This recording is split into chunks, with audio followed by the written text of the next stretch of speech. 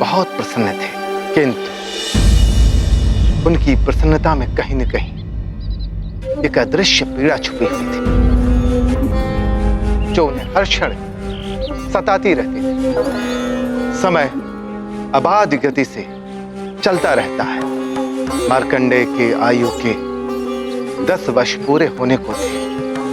हाँ ऋषिवर, फिर क्या किया उन्होंने?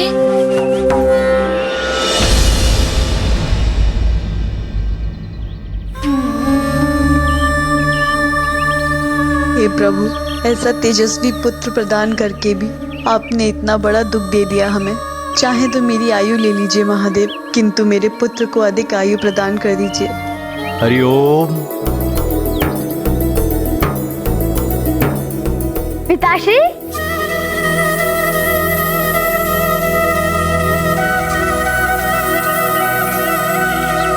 प्रणाम पिताश्री। कल्याण हो। लाइए पिताश्री, ये मुझे दीजिए। यहीं पर रुकिए, मैं अभी आया।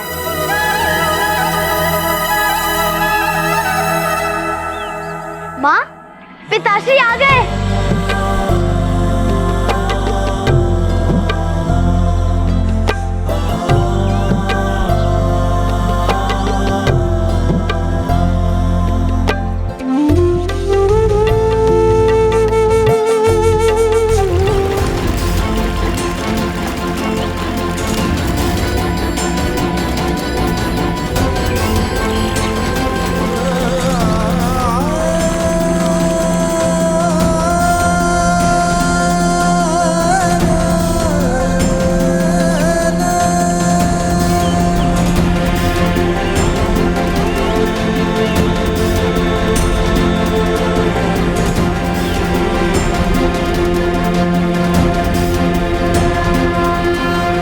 आप तो अगस्त ऋषि के आश्रम जाने वाले थे स्वामी, फिर इतनी शीघ्र कैसे लौट आए? मार्ग में ऋषि व्योमकेश के शिष्यों ने बताया कि उनके गुरुदेव हमारी कुटिया में पधारने वाले हैं, सो मैं लौट आया। उनके स्वागत की व्यवस्था करनी है, वो कुछ समय में ही आने वाले हैं। ये तो सौभाग्य है हमारा कि स्वयं ऋषि व्योमकेश हमारी कुटिया को पवित्र कर देंगे। मैं अभी फलाहार की व्यवस्था करती हूँ। हाँ, मैं अभी उपवन से जाकर उनके लिए मीठे मीठे फल तोड़कर लाता हूँ। ये उत्तम संस्कार आप जैसे ऋषि ही दे सकते हैं।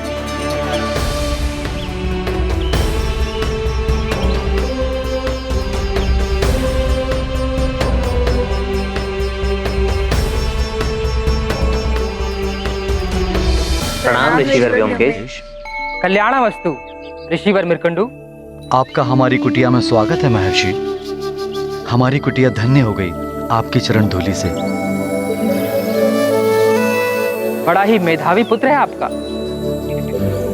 उसका उन्नत ललाट, दर्प से दमकता मुखड़ा और विनम्रता से झुके नेत्र, आपके पुत्र ने मेरा मन मोह लिया ऋषि। ऋषिवर, मार्कंडेय को आगे की शिक्षा के लिए मेरे गुरुकुल में भेज दीजिए। मेरा सौभाग्य होगा कि ऐसा तेजस्वी शिष्य मेरा हो।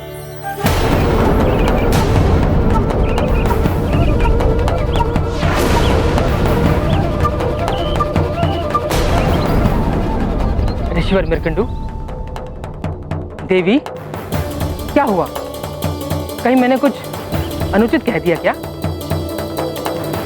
ऋषिवर, पहले आप पधारिए। पहले आप दोनों मुझे अपनी चिंता का कारण बताइए।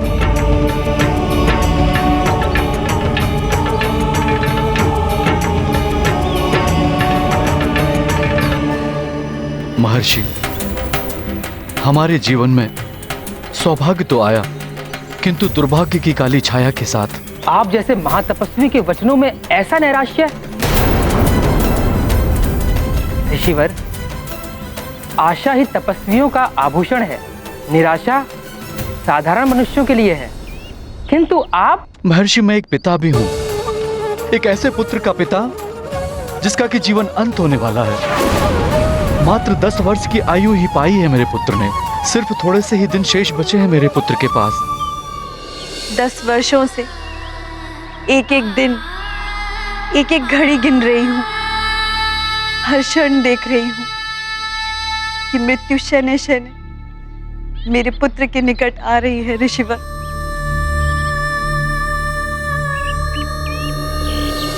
कैसी दारुण स्थिति है ऋषिवर। माता पिता के लिए इससे बड़ा दुख और क्या होगा कि वो अपने पुत्र की मृत्यु के एक एक क्षण की गणना करें। हाँ हनुमान, यदि माता पिता का वश चले तो वो अपनी आयु देकर भी अपने पुत्र को बचा लेते, किंतु काल के समक्ष सब विवश हो जाते हैं। काल को कौन रोक सकता है? काल किसी को रोके नहीं रोकता। शीघ्र ही वो दिन भी आ गया जिस दिन के स्मरण मात्र से ही उनके हृदय कंपित हो उठते थे।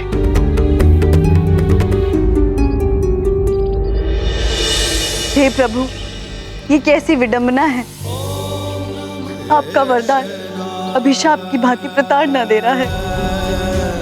10 वर्ष हो गए हैं आज मेरे मार्कंडेय के जीवन का अंतिम दिवस है ये। हम दोनों की आयु ले लीजिए प्रभु, लेकिन मेरे पुत्र को जीवन दान दे दीजिए दाता। हम पर दया कीजिए प्रभु, मार्कंडेय की आयु में वृद्धि कर दीजिए।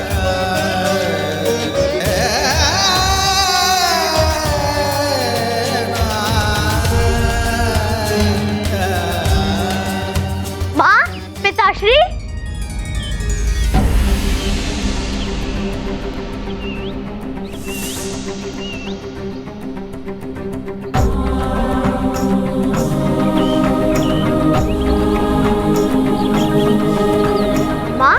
पिताश्री, मैं प्रातःकाल से ही आप दोनों का आशीर्वाद देने के लिए आपको ढूंढ रहा था और आप दोनों यहाँ मंदिर में हैं।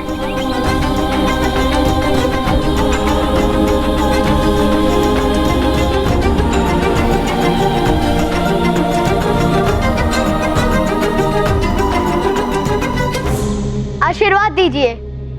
आज आपका पुत्र 10 वर्ष का हो गया है।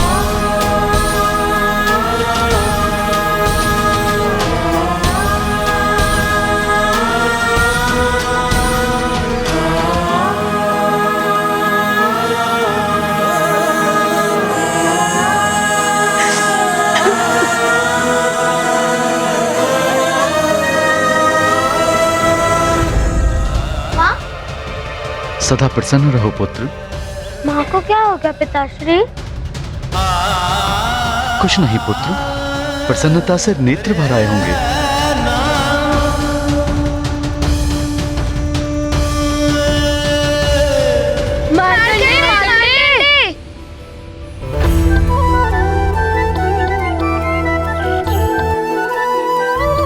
क्या हुआ मित्रों? ये बता रहा था कि आज तुम्हारा जन्म दिवस है। हाँ, आज मैं 10 वर्ष का हो गया हूँ। फिर तो कुछ आनंद उत्सव होना चाहिए, क्यों मित्रों? ये प्रणाम ऋषिवर।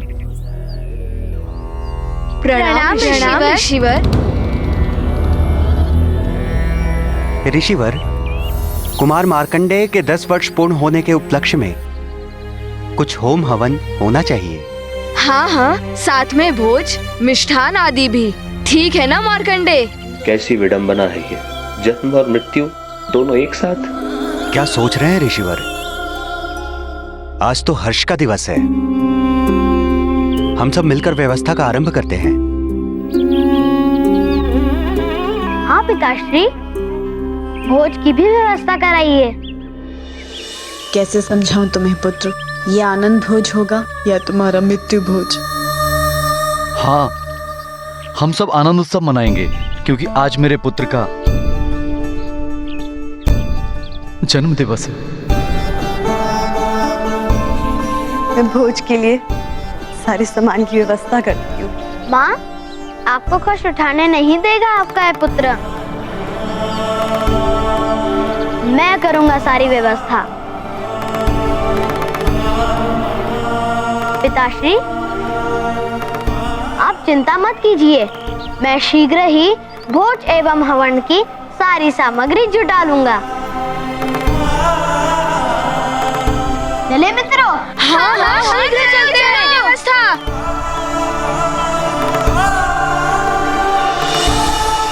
ऋषिवर, मार्कंडेय जी के उत्साह को देखकर तो प्रतीत होता है कि उन्हें तो ज्ञात ही नहीं है कि उनकी आयु अब समाप्त होने वाली है। हाँ हनुमान, यदि मनुष्य को अपनी आयु की अल्पता का आभास हो जाए तो उसका शेष जीवन भी दुखमय हो जाता है। इसलिए मार्कंडेय के माता पिता ने उसे इस विषय में कुछ भी नहीं बताया। किंतु हनुमान, सत्य कभी छुपता नहीं है। क्षमा कीजिए ऋषिवर, हमें यह ज्ञात नहीं था कि आज मार्कंडेय के जीवन का अंतिम दिवस है। मैं कैसे अपने पुत्र को अपने नेत्रों के समक्ष अंतिम श्वास लेते हुए देख सकती हूँ। कोई तो उपाय होगा मेरे पुत्र के जीवन की रक्षा का।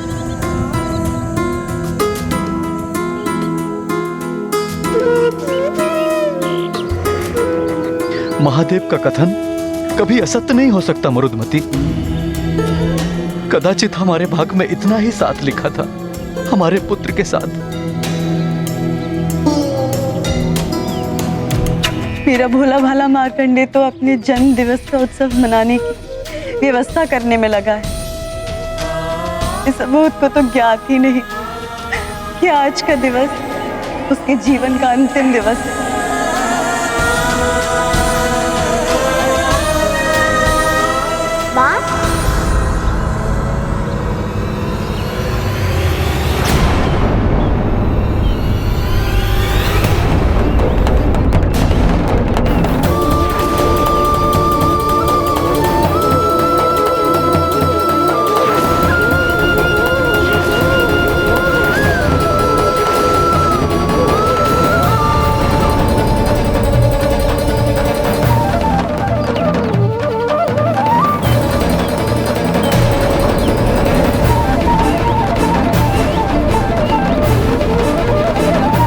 माँ, पिताश्री, ये सोचकर आप वर्षों से दुखी होते रहे होंगे। आपने मुझे इस तथ्य से पहले ही अवगत करा दिया होता तो आज ये दुख का क्षण आया ही नहीं होता। पिताश्री, आप ही ने सिखाया है कर्म से भाग्य की रेखाएं भी परिवर्तित हो जाती है। मैं भी कुछ अवश्य कर ही लेता। किंतु पुत्र, महादेव के कथन को तुम कैसे परिवर्तित कर पाते? मैं परिवर्तित करूंगा पिताश्री। इतनी शीघ्र कोई मेरे माता पिता से मुझे दूर नहीं कर सकता। अभी तो मुझे आपकी सेवा करनी है वर्षों तक। माँ, पिताश्री, मैं आप दोनों को वचन देता हूँ कि आपका पुत्र मार्कंडेय मृत्यु पर विजय प्राप्त करके ही लौटेगा। अपने भाग्य को परिवर्तित करेगा।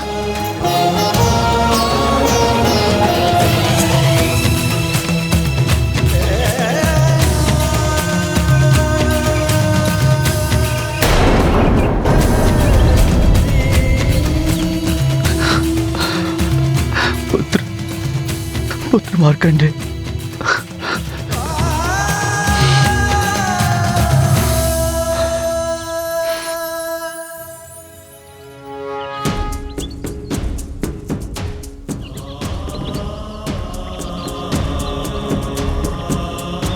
आशीर्वाद दीजिए। हमारा आशीर्वाद तो सदैव तुम्हारे साथ है पुत्र।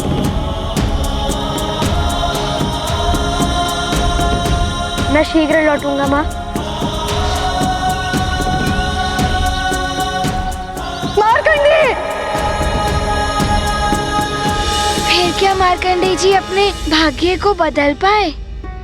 क्या उनके माता पिता को दिया हुआ वचन पूर्ण हो पाया था या नहीं? मार्कंडेय ने अपने माता पिता को वचन तो दे दिया था, किंतु उन्हें स्वयं ज्ञात नहीं था कि वो उस वचन को पूर्ण कैसे करेंगे। हाँ ऋषिवर, फिर क्या किया उन्होंने? हाँ ऋषिवर, बताइए ना फिर क्या हुआ था? ऋषिवर बताइए ना फिर क्या? बस दुखी हृदय लेकर बालक मार्कंडेय निकल पड़ा वन की ओर।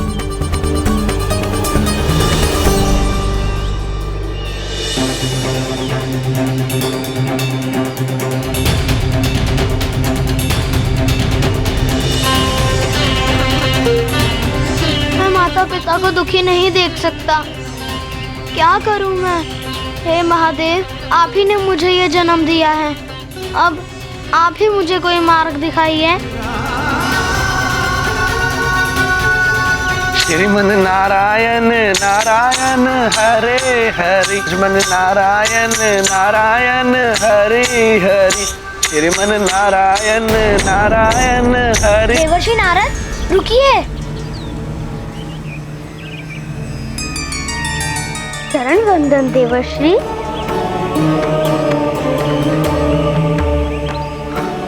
आयुष्मान भव वत्स। क्षमा चाहता हूँ, किंतु आपका ये आशीष मिथ्या जाने वाला है। आशीष मिथ्या अर्थात? कदाचित आपने मुझे पहचाना नहीं। मैं मार्कंडेय हूँ, मृकंडू ऋषि का पुत्र। पिताश्री ने बताया था कि आपने मेरी जन्म कुंडली बनाई थी। हाँ पुत्र, तुम्हारी कुंडली में अल्प आयु का योग था। कदाचित 10 वर्ष पूरे हो रहे हैं। हाँ देवर्षि, आज मेरे जीवन का अंतिम दिवस है। किंतु पुत्र, मेरे मुख से तो तुम्हारे लिए आशीष निकल चुका है। तो आप ही मेरा मार्गदर्शन कीजिए। मैंने माँ और पिताश्री को वचन दिया है कि मैं मृत्यु पर विजय प्राप्त करके ही लौटूंगा। उनकी सेवा करने के लिए मुझे जीवन के कुछ और वर्ष चाहिए। मार्कंडेय पुत्र, यूं तो काल का नियम बहुत कठोर है, इसे कोई परिवर्तित नहीं कर सकता। पुत्र मार्कंडेय, एक उपाय है। तो शीघ्र बताइए देवर्षि। मेरे माता पिता का दुख दूर करने के लिए मैं कुछ भी करूंगा। पुत्र मार्कंडेय, भगवान महादेव की कृपा से तुम्हारा जन्म हुआ है।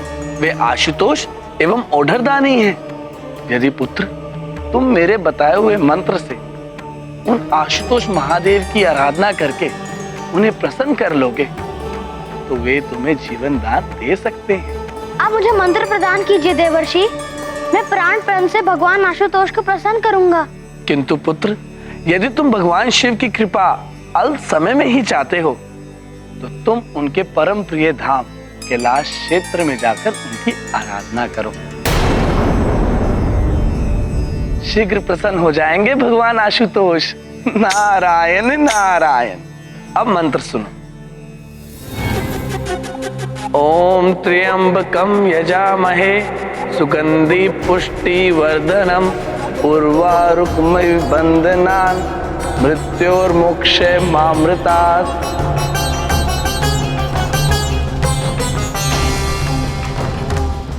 मैं अभी केदार क्षेत्र में जाकर शिव जी की आराधना आरंभ करूंगा। मैं प्राण प्रण से भगवान आशुतोष को प्रसन्न करूंगा। मुझे आशीर्वाद दे देवर्षि। मेरा आशीर्वाद सदैव तुम्हारे साथ है पुत्र। कल्याण हो। मंत्र स्मरण रखना। नारायण नारायण। किंतु ऋषिवर, देवर्षि नारद जी ने जो मार्कंडेय जी को मंत्र दिया था, इस महामृत्युंजय मंत्र में ऐसा क्या है कि देवर्षि नारद ने मार्कंडेय जी को यही मंत्र दिया?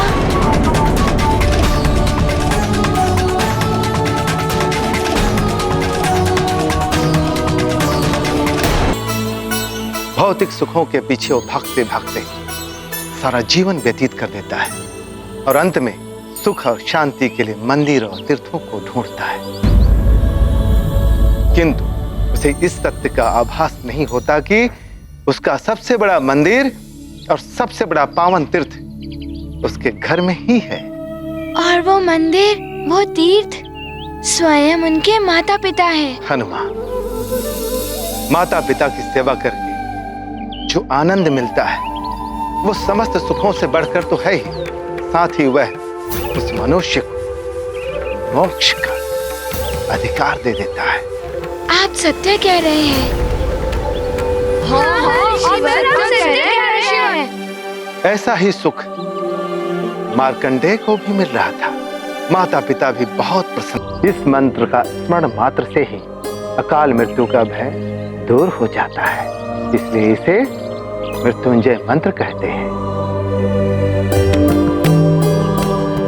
ओम त्र्यंबकम यजामहे सुगंधिम पुष्टिवर्धनम उर्वारुकमिव बंधनान् मृत्योर्मुक्षयमामृतात्।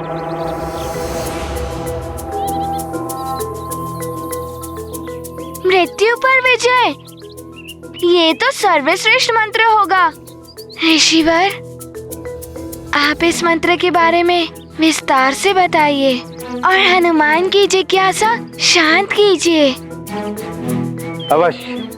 इस मंत्र में 33 अक्षर हैं। 35 अक्षर? हाँ, बाल को, अक्षर को ब्रह्म माना गया है। हाँ ऋषिवर, मुझे स्मरण है। माँ ने मुझे बताया था अक्षर ब्रह्म के बारे में, जब मुझे सर्वप्रथम ओम लिखना सिखाया था माँ ने। ओम ही ब्रह्मनाद है, इसी से यह सारा संसार बना है। बालकों, इस मंत्र के 33 अक्षर 33 ब्रह्म अर्थात 33 देवताओं के प्रतीक हैं। मारुति उत्सुक शिव संज्ञान, चाहे आशुतोष का ज्ञान। शीघ्र तुष्ट जो आशुतोष वो, अवधर दानी शिव निर्दोष वो। मुनि मतंग समझाते उनको, ज्ञान समुद्र कहे जग जिनको। महामृत्युंजय महिमा न्यारी, हनुमत मन सब संशय हारे। गाथा महाबली हनुमत की, रुचिकर लीला राम भगत की। जय जय जय रघुनंदन राम, जय जय जय महाबली हनुमान। किंतु ऋषिवर, किंतु इससे मृत्यु पर विजय कैसे संभव होती है? हनुमान, इस मंत्र के उच्चारण के साथ ही उस समस्त 33 ब्रह्मा अदृश्य रूप में भक्त की रक्षा करने के लिए तत्पर हो उठते हैं। यह तुम्हें आगे की कथा सुनने के पश्चात ज्ञात हो जाएगा। बालकों, अब आगे की कथा ध्यान से सुनो। देवर्षि नारद के अंतर्ध्यान होते ही मार्कंडेय जा पहुंचा केदार क्षेत्र। वहां उसने अपने हाथों से शिवलिंग का निर्माण करके उसने भगवान शिव की आराधना आरंभ कर दी। ओम त्र्यंबकं यजामहे सुगंधिं पुष्टिवर्धनम् उर्वारुकमिव बन्धनान् मृत्युर्मुक्षयमामृतात्। किंतु ऋषिवर, मार्कंडेय जी के तो जीवन का अंतिम दिवस था, फिर उन्होंने कितने दिनों तक आराधना की? हनुमान, आराधना के लिए कोई समय सीमा नहीं होती है। आराधना में भक्ति, श्रद्धा एवं समर्पण की गहराई पर ही मंत्र की सफलता निर्भर करती है। मार्कंडेय ने अविलंब मंत्र का जाप आरंभ कर दिया। ओम त्र्यंबकं यजामहे सुगंधिं पुष्टिवर्धनम् उर्वारुकमिव बन्धनान् मृत्युर्मुक्षयमामृतात्। ओम त्र्यंबकं यजामहे सुगंधिं पुष्टिवर्धनम् उर्वारुकमिव बन्धनान् मृत्युर्मुक्षयमामृतात्। तो क्या सत्य में मार्कंडेय जी की ओर भाग बढ़ रहा था? हाँ हनुमान, मार्कंडेय का जाप आरंभ हुआ ही था कि उसका अंत काल बाघ का रूप लेकर मार्कंडेय की ओर बढ़ने लगा। ओम त्र्यंबकं यजामहे सुगंधिं पुष्टिवर्धनम् उर्वारुकमिव बन्धनान् यजामहे सुगंधिं पुष्टिवर्धनम्। ओम त्र्यंबकं यजामहे सुगंधिं पुष्टिवर्धनम् उर्वारुकमिव बन्धनान् मृत्युर्मुक्षयमामृतात्। मृत्युर्मुक्षयमामृतात्।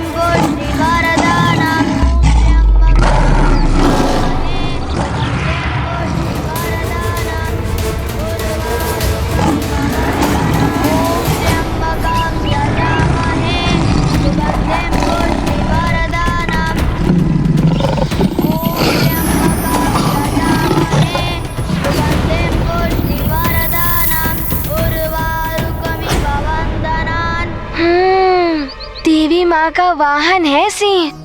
उन्होंने ही रक्षा की होगी मार्कंडेय जी की। जब भक्त पूर्ण श्रद्धा और भक्ति के साथ तप में लीन होता है तो प्रकृति भी उसकी रक्षा करने के लिए तत्पर हो उठती है। प्रकृति को भी देवी माँ का ही रूप माना जाता है। कालवाग्र के जाने से मार्कंडेय जी की मृत्यु भी टल गई होगी ना ऋषिवर? हनुमान, काल का विधान अटल और कठोर है जो कभी परिवर्तित नहीं होता। नियम तोड़ने का दंड हनुमान को मिलना ही चाहिए। मैं हनुमान को दंड देकर ही रहूंगा। नियम है तो यम है। यदि कालदेव अपने नियम पर अटल रहे तो मार्कंडेय जी को नया जीवन दान कैसे मिल सकता था? बड़ी ही विकट स्थिति उत्पन्न हो गई होगी ना? हाँ हनुमान, विधान ही काल की पहचान है। यम के नियम जितने कठोर हैं, उतनी ही कठोरता से पालन करवाते हैं कालदेव। इसलिए उन्होंने मार्कंडेय के पास स्वयं ही जाकर उसके प्राण हरने का निर्णय ले लिया। कालदेव निरंतर प्रयास कर रहे थे और उधर मार्कंडेय इन सब से अनभिज्ञ मंत्र जाप में इतना लीन हो गया था कि उसको स्वयं की सुध-बुध नहीं थी। यहाँ तक कि पतझड़ के सूखे पत्ते उसे ढकने लगे थे।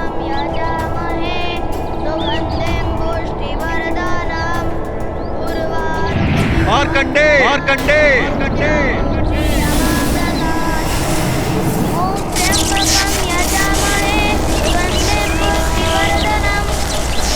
बालक मार्कंडेय, तुम्हारे मृत्यु का समय आ गया है।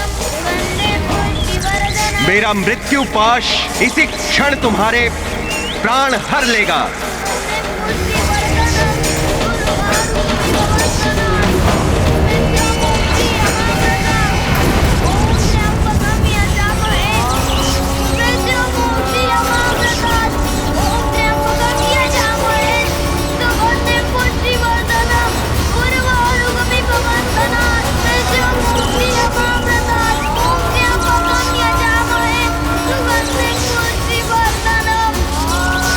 ये तो उचित किया मार्कंडेय जी ने कि उन्होंने शिवलिंग को पकड़ लिया। एक प्रकार से भोले बाबा के शरण में चले गए होंगे वो। हाँ हनुमान, उन्हें मंत्र की शक्ति और भगवान शिव पर पूर्ण विश्वास था।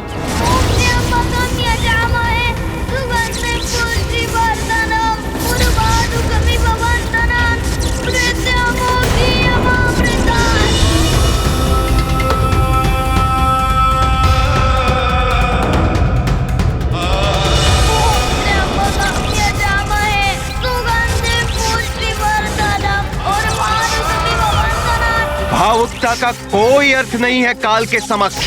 सर्वोपरि है काल के नियम। नियम है तो यम है।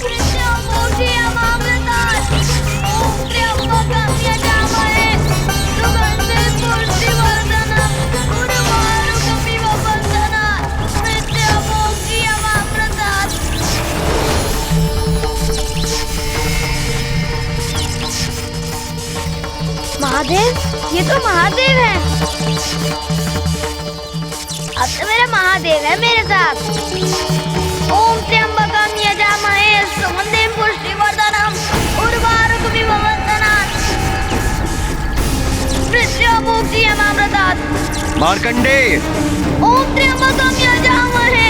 महादेव भी नहीं बचा पाएंगे तुम्हारे प्राण आज मुझसे। उर्वारुकमिव बन्धनात् मृत्युमुक्षीयमामृतात्। उर्वारुकमिव बन्धनात् मृत्युमुक्षीयमामृतात्।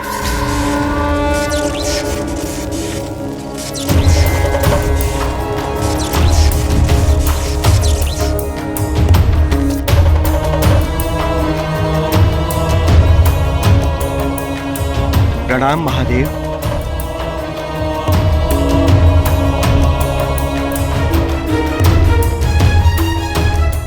महादेव,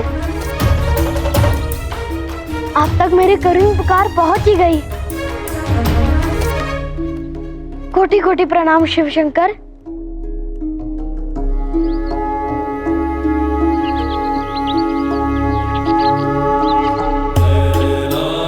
मार्कंडेय, तुम्हारी निष्ठा और मातृ पितृ भक्ति ने प्रसन्न कर दिया है मुझे। पुत्र, मांगो, क्या वर चाहिए तुम? महादेव, आपके दर्शन हो गए, मेरा जीवन धन्य हो गया। मुझे अपने लिए कुछ नहीं चाहिए, बस मेरे माता पिता की सेवा कर सकूं, इतना ही और जीवन चाहिए मुझे। मेरी अल्पायु के बारे में सोच सोच कर वर्षों से दुख उठा रहे हैं, बस उनका ये दुख दूर हो जाए, इतनी ही अभिलाषा है मेरी। तो तुम मात्र अपने माता पिता की सेवा के लिए और जीवन चाहते हो? मेरा परम उद्देश्य तो मेरे माता पिता की सेवा है, किंतु मैं लोक कल्याण के लिए भी अपना जीवन समर्पित करने के लिए तैयार हूँ। अच्छा, तो ये बताओ, तुम्हारी दृष्टि में लोक कल्याण क्या है? समाज में सद्विचार, सद्गुण, सधर्म, सत्कर्म और सत्य वचन का प्रचार एवं प्रसार करना, इनके प्रति जन साधारण को जागरूक करना ही लोक कल्याण है।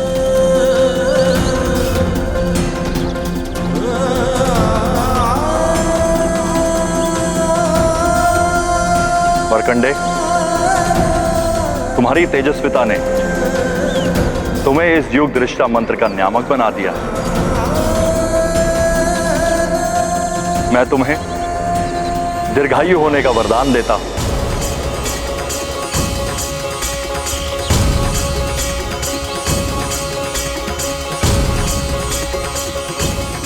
चिरंजीवी भव।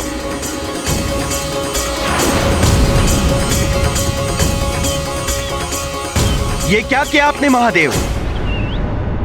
ये असंभव है।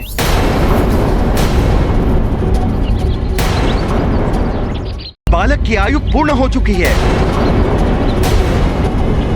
इसके प्राण मैं अपने साथ ले जाने आया हूं। कालदेव, ये संसार कर्म प्रधान है। कर्म से मनुष्य अपने भाग्य को भी परिवर्तित कर सकता है। मार्कंडेय ने भी अपने कर्म से अपनी मृत्यु को टाल दिया है, इसलिए अब आप भी अपने धाम को लौट जाइए।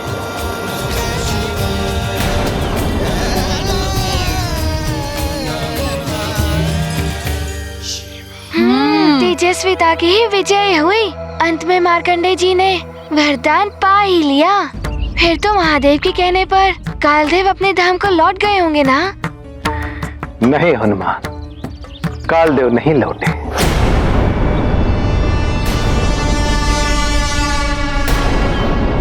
आश्चर्य है, सृष्टि के सूत्रधार त्रिदेवों में से एक महादेव के कहने पर कालदेव नहीं माने। फिर क्या किया कालदेव ने? कालदेव अपने नियम से बंधे हुए थे। उन्होंने कहा, क्षमा करे भगवान, किंतु आप ही ने मुझे काल व्यवस्था सौंपी है। आयु पूर्ण होने पर आत्मा को ले जाकर उसे कर्म फल प्रदान करना ही मेरा धर्म है। इस बालक की आयु पूर्ण हो चुकी है, अब मुझे उसकी आत्मा ले जानी होगी। मुझे मेरा धर्म निभाने दे प्रभु। कालदेव, सत्कर्म सब धर्मों से ऊपर है।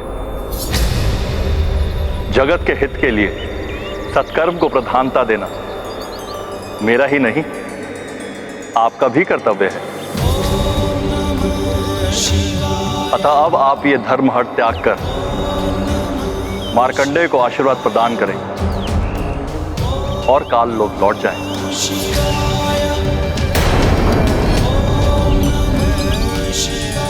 किंतु इससे काल के नियम भंग हो जाएंगे महादेव। तो आप निभाइए अपना धर्म। मैंने भी जगत हित का धर्म निभाते हुए इसे चिरंजीवी होने का वरदान दे दिया। मैं आपके और इस बालक के मध्य खड़ा हूं। आपको मेरा सामना करना पड़ेगा कालदेव।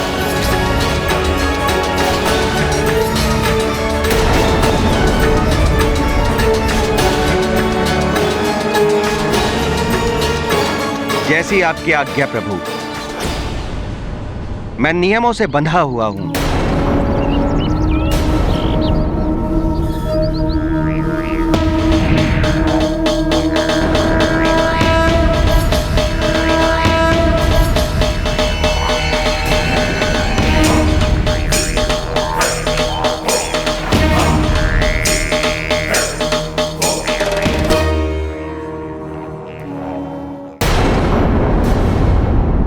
वायु के टकराने से पर्वत नहीं हिलते, ये बोध है मुझे। किंतु मैं अपना धर्म नहीं त्याग सकता, चाहे मेरा नाश हो जाए। मुझे क्षमा कीजिए महादेव, ये विवशता है मेरी।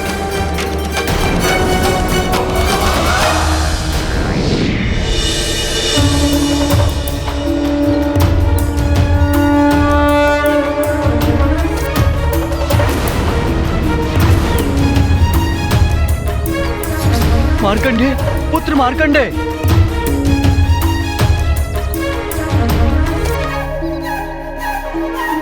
प्रणाम महादेव।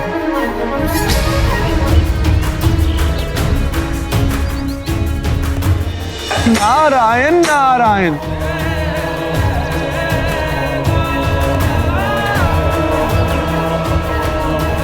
मुझे भी इस बालक की भक्ति और तेजस्विता ने विवश कर दिया है कालदेव। आप करिए प्रहार।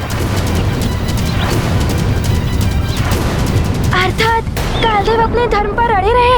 हाँ हनुमान, मनुष्य को कभी धर्म के लिए हठ नहीं करना चाहिए। धर्म का हठ विडंबनाओं और विवादों को जन्म देता है। इस महाटकराव की भीषणता का आभास सबको था, इसलिए इसे रोकने के लिए सभी देवता महादेव और कालदेव से गुहार लगाने के लिए पहुंच गए, किंतु कालदेव नहीं मान रहे थे। अतः मार्कंडेय स्वयं उनके बीच पहुंच गए। महादेव, क्षमा करें, मैं तो माता पिता की सेवा एवं जगत कल्याण के लिए आयु प्राप्त करना चाहता था, किंतु यदि मेरी आयु जगत के विनाश का कारण बनने लगे तो मुझे ऐसी आयु नहीं चाहिए।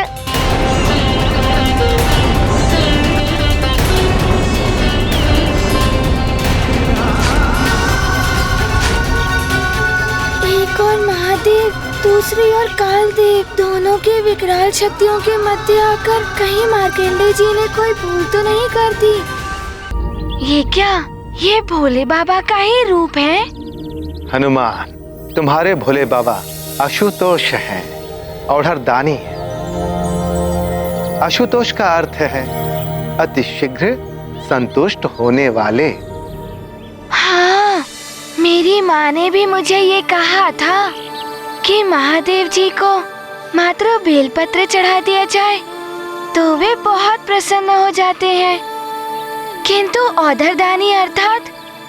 औढ़रदानी का अर्थ है दोनों हाथों से सब कुछ प्रदान करने वाला, अर्थात भगवान शिव अपने जिस भक्त पर प्रसन्न हो जाते हैं उसे समस्त ऐश्वर्य एवं शक्तियां प्रदान कर देते हैं। किंतु ऋषिवर, देवर्षि नारद जी ने जो मार्कंडेय जी को मंत्र दिया था, इस महामृत्युंजय मंत्र में ऐसा क्या है?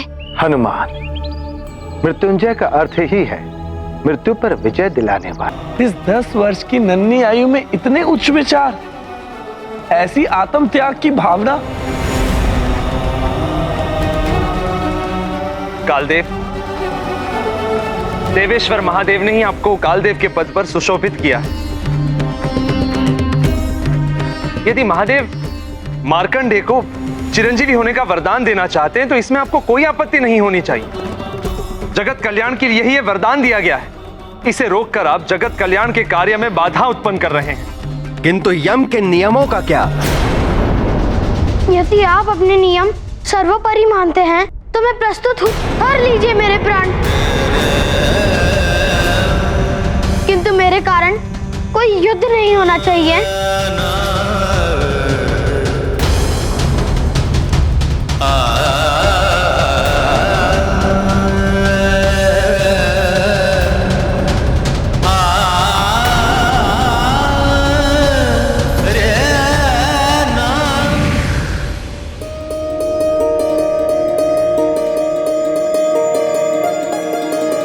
क्षमा करें महादेव।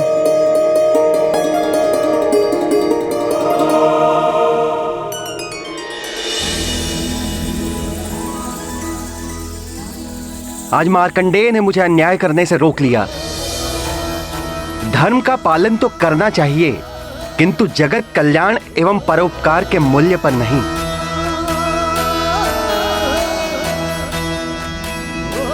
पर पीड़ा से बड़ा कोई अधर्म नहीं है और सुख से बड़ा कोई धर्म नहीं। नारायण नारायण, अंत भला तो सब भला। महादेव, आपका ये वरदान जगत का बहुत बड़ा कल्याण करेगा। महादेव की जय, महादेव की जय, महादेव की जय, महादेव की जय, महादेव की जय। महादेव, आपके भक्त की तेजस्विता एवं आपकी भक्ति की महिमा है जो ये प्रथम बार होने जा रहा है कि काल देव रिक्त हाथ अपने धाम लौटने वाले हैं।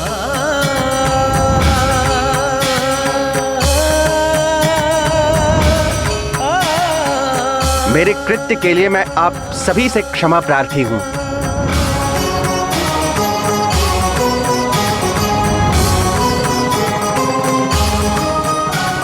मुझे आज्ञा दे महादेव।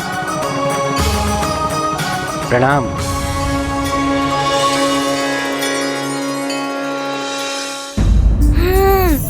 अंत भला तो सब भला। अंततः मार्कंडेय जी अपनी मृत्यु टालने में सफल हो ही गए।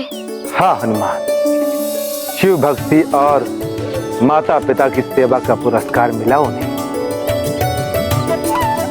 और फिर कालदेव के जाने के पश्चात महादेव मार्कंडेय को आशीर्वाद देते हुए बोले, मार्कंडेय, तुमने जिस मंत्र को जप कर अल्प समय में मुझसे वरदान प्राप्त किया तथा अपनी मृत्यु को टाला है, अब से जगत में उस मंत्र को महामृत्युंजय मंत्र के नाम से जाना जाएगा। इस मंत्र को श्रद्धा के साथ विधि पूर्वक जपने वाला मेरा भक्त मेरी कृपा का अधिकारी हो, उसकी समस्त संकटों, यहां तक कि अकाल मृत्यु से भी उसकी रक्षा हो जाएगी।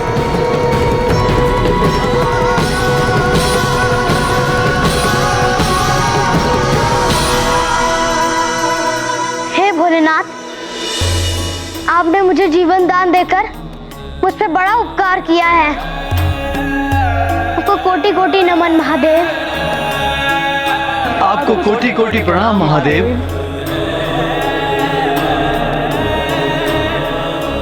मृत्युंजय महादेव की जय, महाकाल महादेव की जय, जगत हितकारी महादेव की जय। हे प्रभु, आपकी कृपा से अब मैं अपने माता पिता की सेवा भी करूंगा एवं जगत कल्याण के लिए सदा तत्पर रहूंगा। आपकी जय हो भोलेनाथ। आपको कोटि कोटि धन्यवाद प्रभु।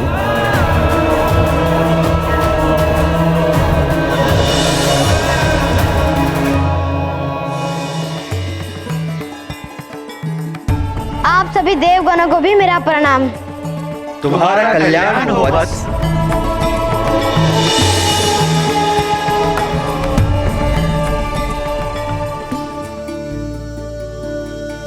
माँ, पिताश्री।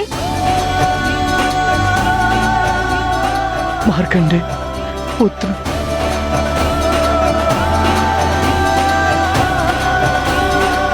तो बालकों, सुनी कथा। मार्कंडेय ने सिखाया, श्रद्धा और भक्ति के साथ मृत्युंजय मंत्र का जाप किया जाए तो आसन्न मृत्यु को भी टाला जा सकता है। हाँ ऋषिवर, मार्कंडेय जी की ये भक्ति के कारण ही कालदेव को रिक्त हाथ लौटना पड़ा। सत्य है हनुमान, अन्यथा कालदेव कभी नियम नहीं तोड़ते हैं, अपितु नियम तोड़ने वालों को दंड देते हैं। हनुमान को नियम तोड़ने का दंड मैं अवश्य दूंगा।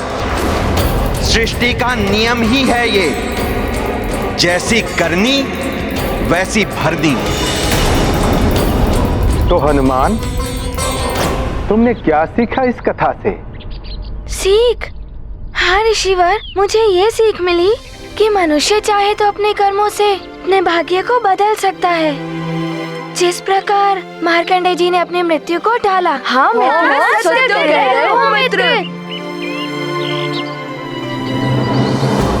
हाँ ऋषिवर, मैं भी मार्कंडे तीर्थ जाकर महादेव के लिए महामृत्युंजय मंत्र का जाप करूँगा। हाँ मित्र, पूरी श्रद्धा आराधना के साथ पूजा करना। हो सकता है कि मार्कंडे जी की भांति तुम्हें कालदेव भी दंड के स्थान पर क्षमा प्रदान कर दे। उन्हें मुझे क्षमा प्रदान करनी ही होगी।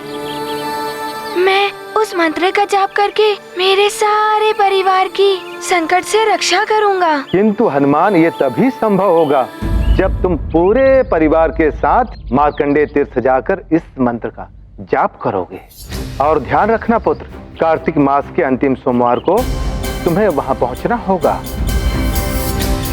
यदि कार्तिक मास के अंतिम सोमवार को तुम परिवार के साथ वहां नहीं पहुंच पाए तो तुम्हारी समस्या हल नहीं हो पाएगी। ऋषिवर मतंग, मैं अभी जाकर माँ और पिताश्री को वहाँ जाने के लिए मनाऊंगा। किंतु मेरा आपसे एक निवेदन है। अवश्य हनुमान, कहो। ऋषिवर, आप मेरे उस दुष्स्वप्न और कालदंड के बारे में माँ और पिताश्री को मत बताइएगा, अन्यथा वो बहुत चिंतित हो जाएंगे। तुम इसकी चिंता मत करो हनुमान। किंतु क्या हुआ ऋषिवर? आप कुछ कहते कहते रुक क्यों गए?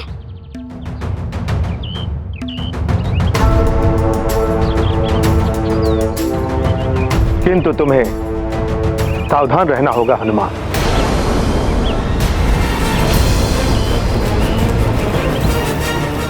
ऋषिवर मतंग, आपका मेरा मार्गदर्शन करने के लिए बहुत बहुत धन्यवाद।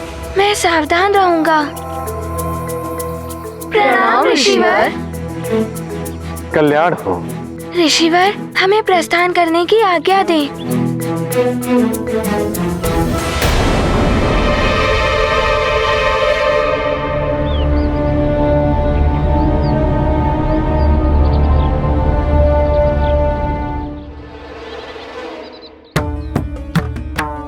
अब क्या हुआ मित्र, रुक क्यों गए? मित्रों, एक दुविधा है। सबको तीर्थ जाने के लिए कैसे मनाऊं? यदि किसी को भी ज्ञात हो गया मेरे उस दुष्स्वप्नों के बारे में और कालदंड के बारे में, तो सब चिंतित हो जाएंगे, विशेष रूप से मेरी माँ। हाँ मित्र, दुविधा तो बड़ी है, लेकिन समय पर पहुंचना भी तो आवश्यक है ना मित्र। हाँ, कैसे भी करके माँ और पिताश्री को मनाना ही होगा। चलो। ब्रह्मदेवाय नमः। ओम ब्रह्मदेवाय नमः। ओम ब्रह्मदेवाय नमः। ओम ब्रह्मदेवाय नमः। ओम ब्रह्मदेवाय नमः। अच्छा हुआ लंकेश ने मेरी बात मान ली। अब लंकेश की ये विधिवत से अमृत की प्राप्ति अवश्य कराएगी। कहो पुत्र, तुम कुछ कहना चाहते हो? पिताश्री, हनुमान की कुछ इच्छा है, वो आप पूर्ण करेंगे ना? इसमें संकोच कैसा?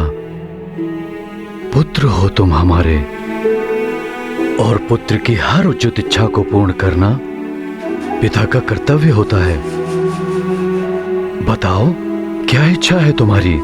पिताश्री, हनुमान की ये इच्छा है कि आप माँ, नानी और मार्जरी का मौसी मार्कंडे तीर्थ जाकर मृत्युंजय महादेव की पूजा करना चाहता है।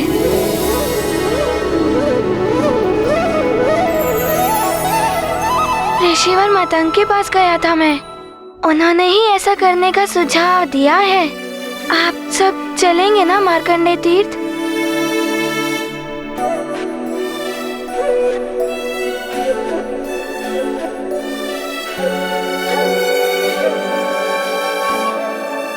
अवश्य पुत्र, अच्छा पिता वो होता है जो अपने पुत्र की उचित इच्छा का सम्मान करे। पिता तो पुत्र के लिए कुछ भी करता है, और फिर जब पुत्र तुम्हारे जैसा हो तो उसकी इच्छा के लिए मैं कुछ भी कर जाऊंगा। मेरे अच्छे पिताश्री, सबसे अच्छे।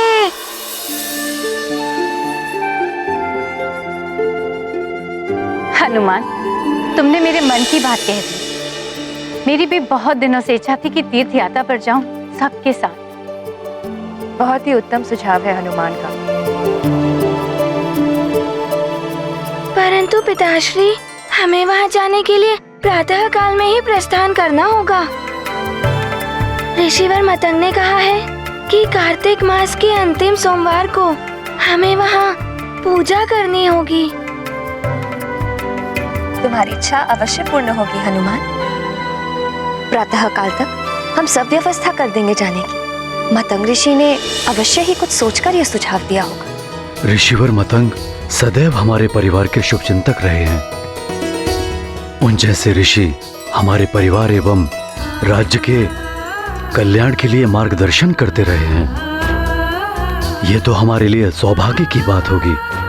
मैं अभी मंत्री से यात्रा की सारी व्यवस्था करने के लिए कहता हूँ। हम भी मार्ग के लिए भोजन आदि की व्यवस्था करवा लेते हैं। चलो मार्जरिका। हाँ माँ, चलिए। हनुमान, मैं भी सबके लिए वस्त्र आदि की पोटिका लगवा देती हूँ। प्रातःकाल होते ही निकलना है ना।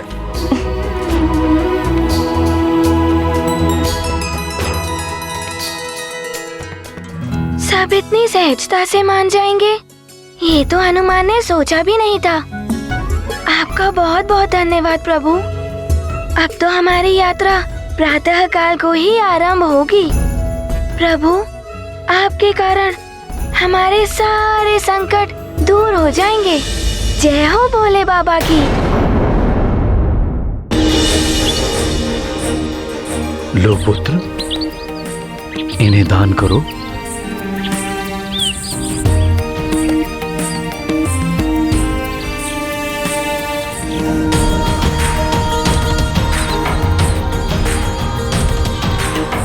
प्रणाम।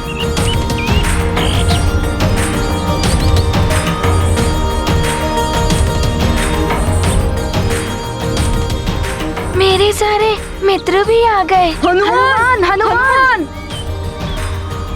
हमें विलंब तो नहीं हुआ मित्र? नहीं मित्रों, तुम सब समय से ही आ गए हो। पिताश्री, आपकी अनुमति हो तो मेरे सारे मित्र भी आ सकते हैं मेरे साथ। हाँ हाँ पुत्र हनुमान, वैसे भी तीर्थ यात्रा बंधु बांधवों के साथ ही पूर्ण करने का विधान है। अब हमें शीघ्र ही निकलना चाहिए, जिससे कि समय रहते हम अपनी यात्रा सफलतापूर्वक पूर्ण कर सकें। संभव है निश्चित समय के भीतर ही मैं ये तीर्थ यात्रा पूर्ण कर लूं।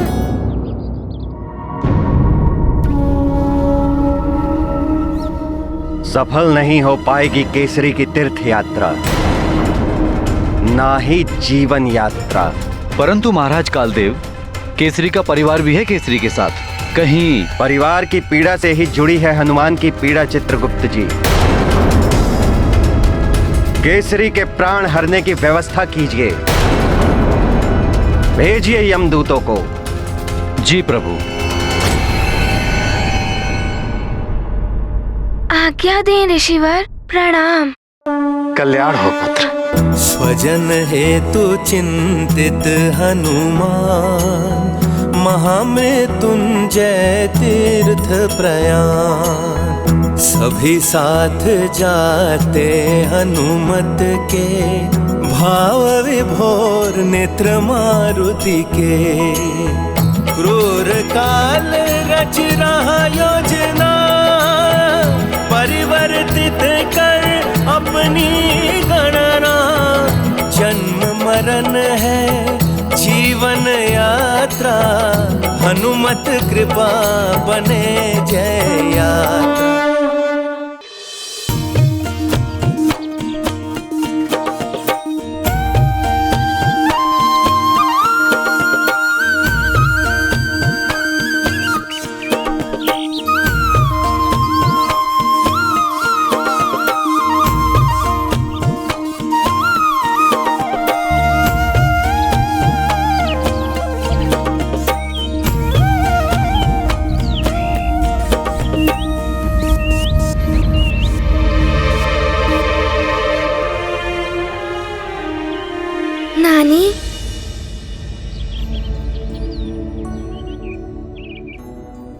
क्लांत प्रतीत हो रही हैं। क्या मैं आपको कंधे पर बिठाकर ले चलूं? हनुमान, तुम तो एक ही क्षण में सबको अपने कंधे पर उठा के ले जा सकते हो पुत्र, किंतु तीर्थ यात्रा अपने पांव पर चल के पूर्ण करने में ही उत्तम फल की प्राप्ति होती है।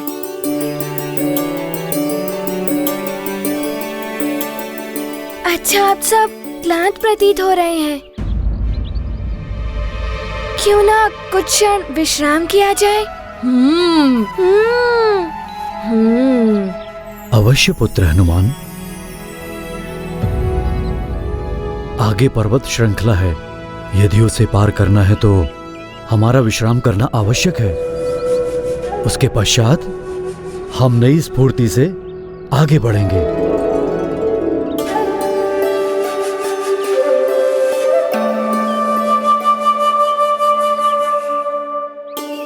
किंतु पिताश्री, हमें समय पर यात्रा पूर्ण करने का ध्यान भी रखना होगा।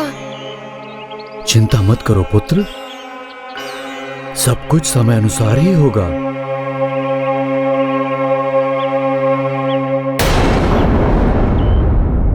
हनुमान, तुम ही नहीं सारा संसार जान जाएगा कि काल के कार्य में हस्तक्षेप करने पर काल का क्या दंड होता है और प्रकृति के विपरीत कार्य करने पर काल कैसे दंड देता है।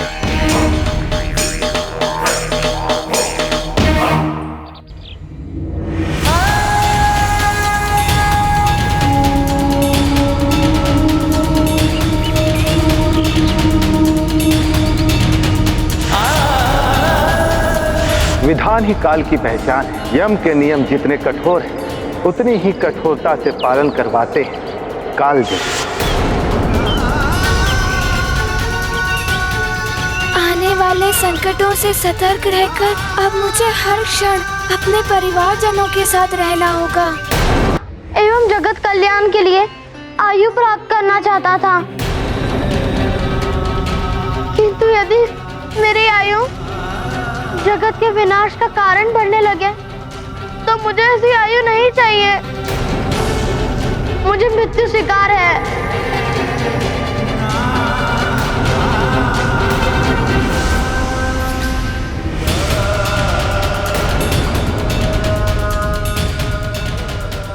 कालदेव, आप दोनों महाशक्तियों के युद्ध से मैं जगत का विनाश होते नहीं देख पाऊंगा।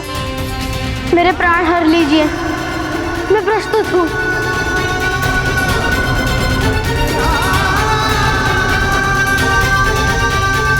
नारायण नारायण, पूत के पांव पालने में ही दिखते हैं कालदेव। इस 10 वर्ष की नन्ही आयु में इतने उच्च विचार, ऐसी आत्म त्याग की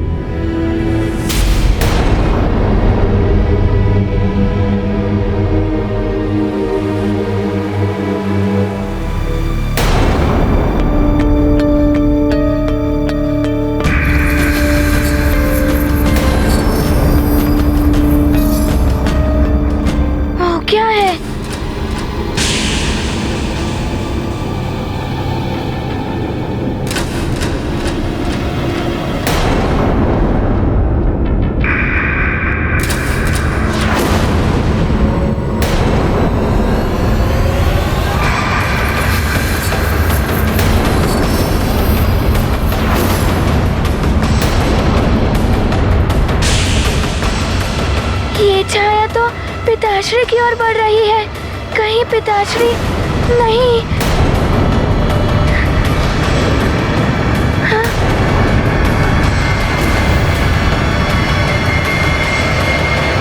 पिताश्री,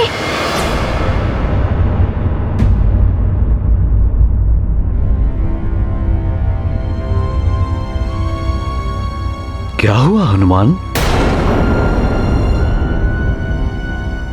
आओ पुत्र, तुम भी कुछ देर विश्राम कर लो। किंतु मुझे चिंता हो रही है पिताश्री, हम समय पर पहुंच नहीं पाएंगे।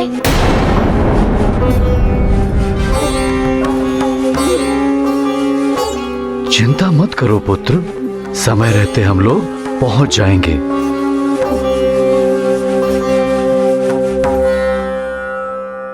चलो चलो उठो,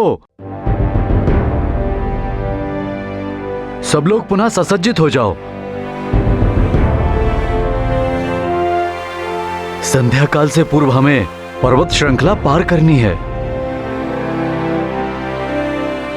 चलो चलो शीघ्र, चलो पुत्र हनुमान, चलो।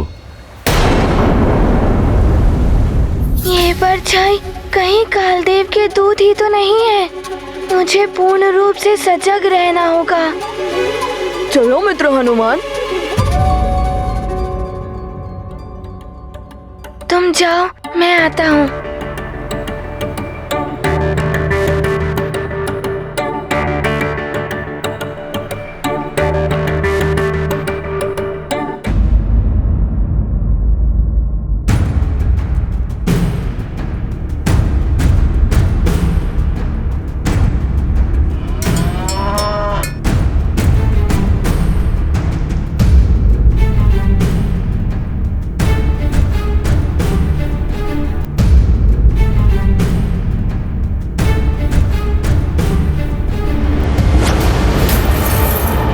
सावधानी से, इस ओर खाई है।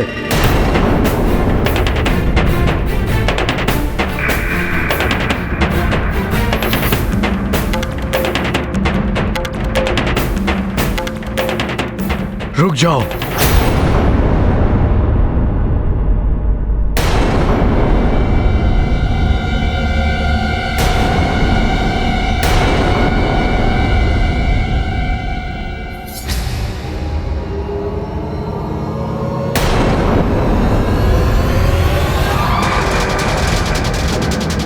ये परछाइयाँ पुनः आ गई। ये तो पिताश्री की ओर बढ़ रही है। पिताश्री!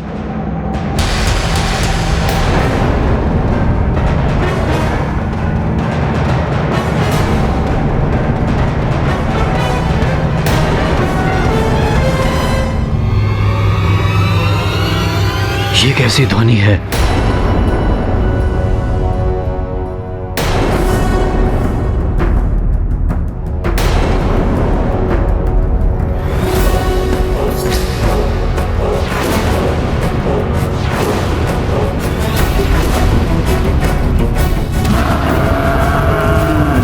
ये क्या? ये तो भैंसों का झुंड भागता हुआ आ रहा है।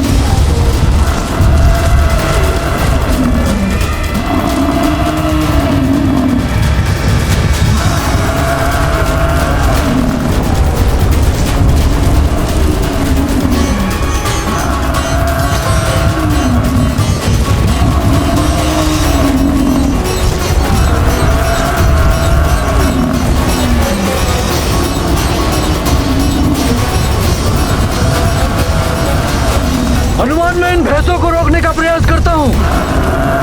तुम सबको रास्ते से हटाओ। जी पिताश्री। इस ओर आइए सब, और इस ओर सब पीछे हटिए। शीघ्रता कीजिए, पीछे हटिए सब।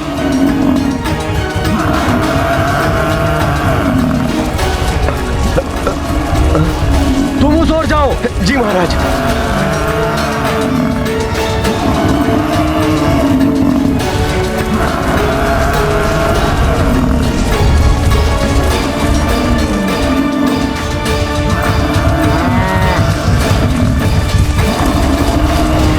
शीघ्र करो हनुमान, शीघ्र। जी पिताश्री।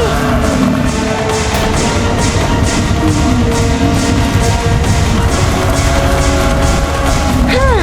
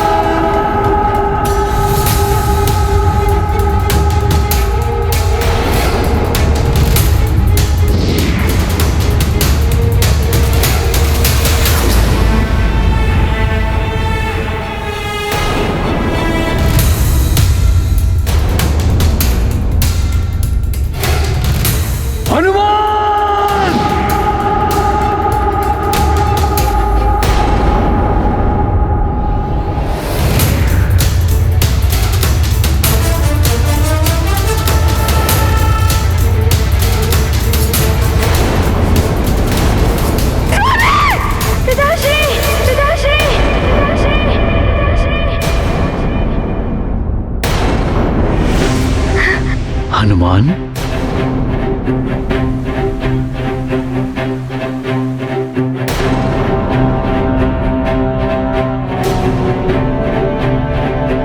क्या हुआ पुत्र? पिताश्री। हनुमान, इतने भयभीत क्यों लग रहे हो? क्या सोच रहे थे? हनुमान, तुम्हें पहले कभी इस तरह चीखते हुए नहीं देखा। क्या हुआ?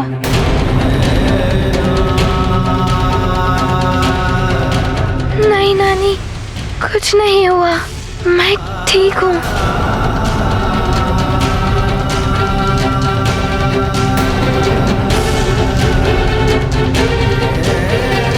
कल से देख रही हूँ तुम किसी चिंता में डूबे हुए हो। कहीं वो कल वाले स्वप्न ने तुम्हें व्याकुल तो नहीं कर रखा है? अब कैसे बताऊं मैं कि क्या हुआ है?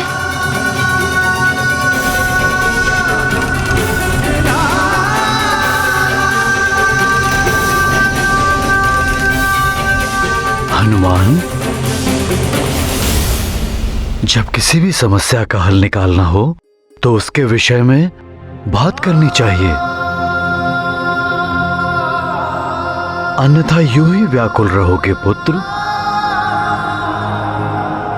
बोलो, क्या बात है?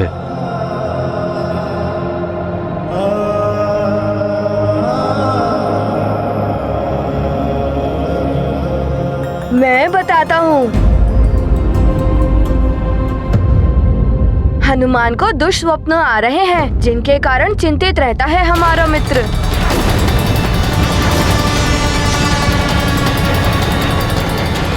सच सच बताओ पुत्र, क्या दिखाई देता है तुम्हें स्वप्न में?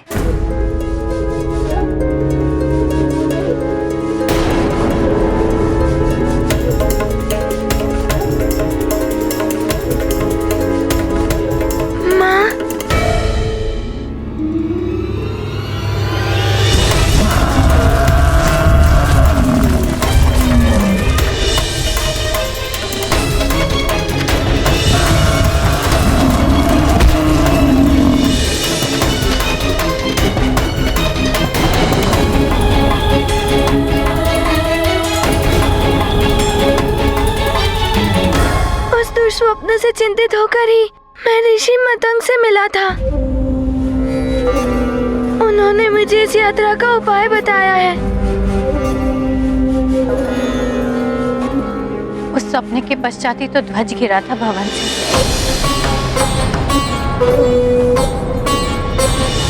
जिससे कि तुमने केसरी जी की जान बचाई थी। ये तो बहुत बड़े अशुभ संकेत हैं। काली छाया में वो भैंसे, ये तो यम के प्रतीक है। हमें और सावधान रहना होगा। ध्वज का गिरना, स्वामी का स्वप्न में चट्टान से गिर जाना, मुझे तो बहुत भय लग रहा है स्वामी। उचित होता कि हम भवन में ही रहते। माँ की बात मानकर यदि सब लौट गए तो परिवार का संकट दूर कैसे होगा? परंतु अंजना, इस तरह तीर्थ यात्रा अधूरी छोड़कर लौटना भी तो अशुभ है। मुझे तो भय लग रहा है स्वामी, न जाने आगे कौन से संकट का सामना करना पड़े। संकट से बचने के लिए यदि मतंग ऋषि ने कोई उपाय बताया था तो उसके पीछे कुछ रहस्य होगा। हाँ पिताश्री, ऋषि मतंग ने बताया था कि यदि हम महामृत्युंजय महादेव के मंदिर में जाएं और उस मंत्र की पूजा करें तो हमारे सारे कष्ट दूर हो जाएंगे। वहाँ जाना ही चाहिए।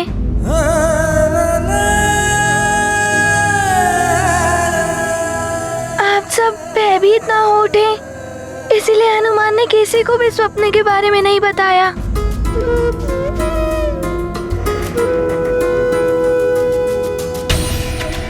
हनुमान की चिंता उचित है, सबका भयभीत होना भी स्वाभाविक है। मुझे ही सबको हतोत्साहित होने से बचाना होगा।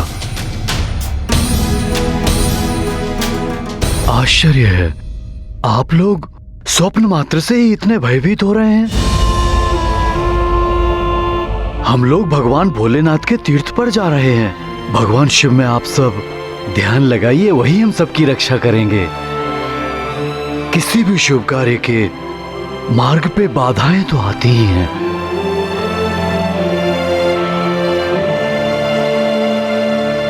जो उन बाधाओं को पार करके निकल जाते हैं उसे ही शुभ और उत्तम फल की प्राप्ति होती है।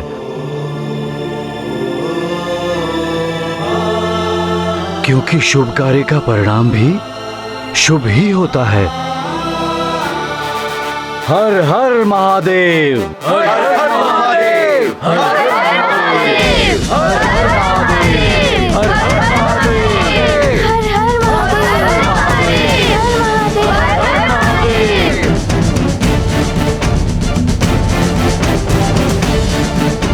त्याग दो सारा भय, छोड़ दो सारे अशुभ विचार और मन में भगवान भोलेनाथ की मूर्ति धारण करके आगे बढ़ो। हमें समय रहते यात्रा पूर्ण करनी है। चलो चलो, चलो चलो।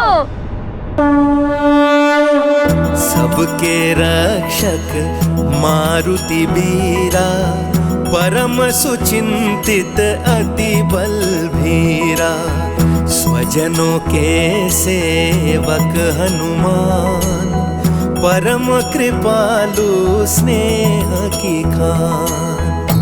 ध्यान धरे मतंग मुनि वचना, संकट मोचन रचते रचना।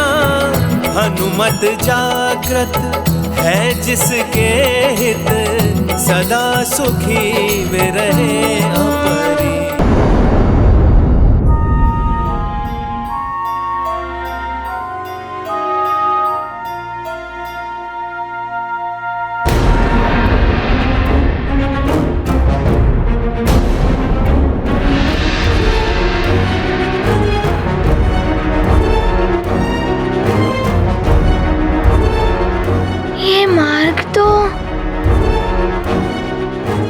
ये पर्वत, ये मार्ग तो कुछ स्वप्न जैसा ही है।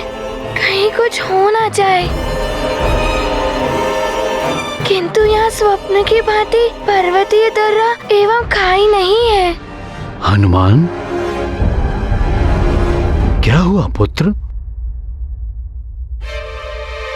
पुनः कुछ सोचने लगे पुत्र? कर्म करने से चिंता मिटती है। चले चलो।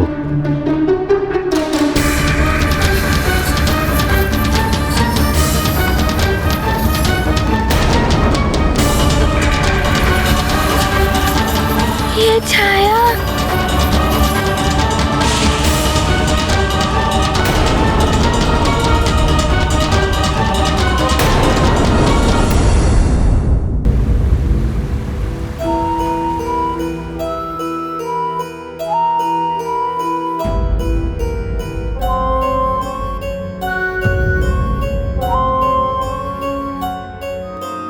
ऋषिवर मतंग ने सावधान रहने को कहा था।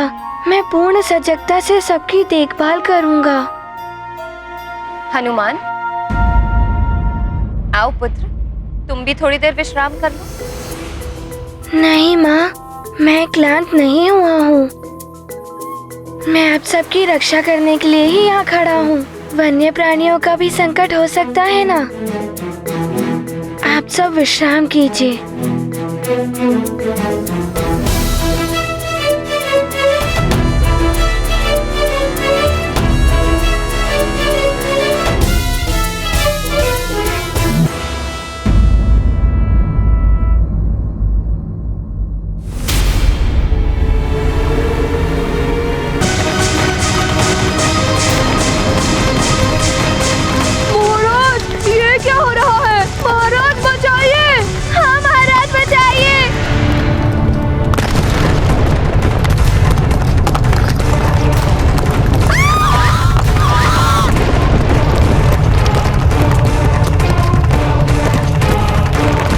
संभल कर, संभल कर। अंजना, सब सावधानी से पीछे खाइए।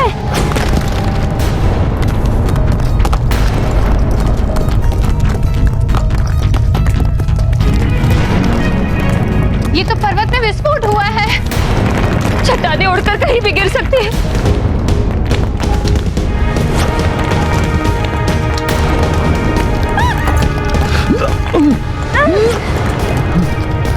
बचो चट्टान के मलबों से।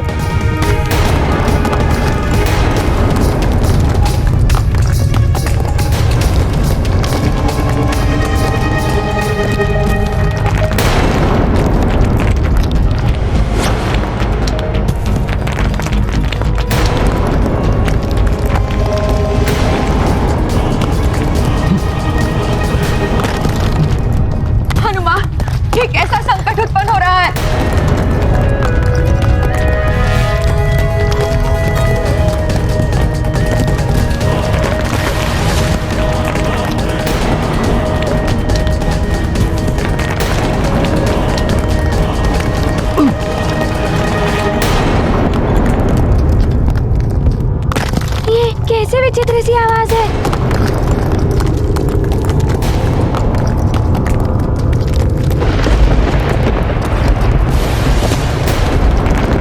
रुक जाइए पिताश्री, सब अपने स्थान पर ही रहिएगा।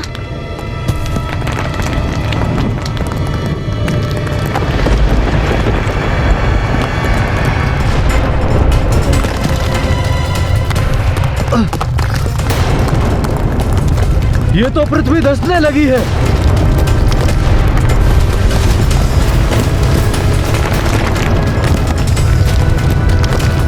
सब लोग सावधान रहना, सतर्कता से काम लेना। काल का दंड अपना कार्य कर रहा है। शीघ्र ही केसरी के प्राण हर कर ले आएंगे हमारे यमदूत।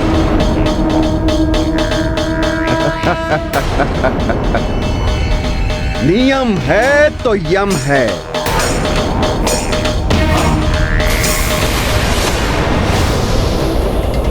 कुछ भी हो जाए, कोई अपना स्थान मत छोड़िएगा। अब क्या होगा हनुमान? आसपास से धरती धंस चुकी है।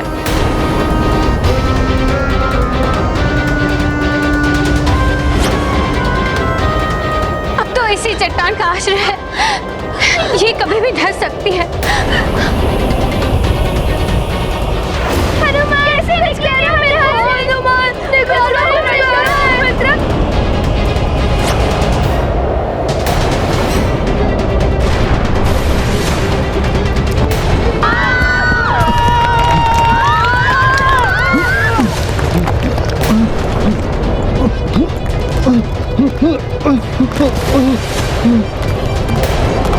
संभल के, बाल को संभल के। हनुमान संभल के। अंजना,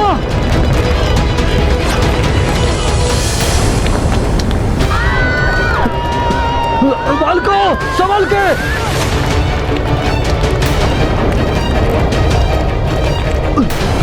सब एक दूसरे का हाथ पकड़े रहे।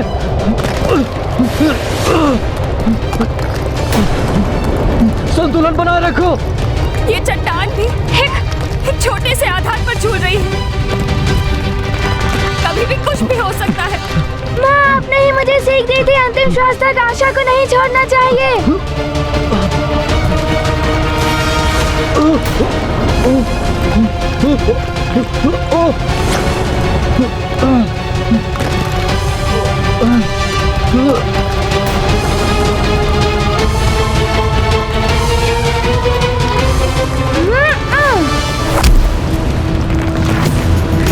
बहुत अच्छे पुत्र, विजय प्रयास करने वालों को ही मिलती है। जो करना है शीघ्र करो। किंतु कुछ भी हो जाए, आप सब अपना स्थान मत छोड़िएगा।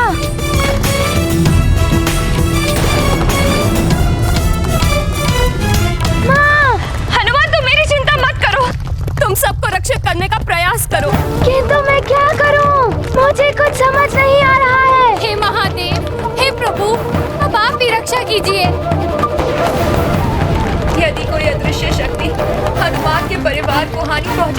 दी है तो हनुमान ने मुझे भी माँ माना है। मेरे प्राण ले लो, किंतु हनुमान के परिवार को इस कष्ट से मुक्त कर दो।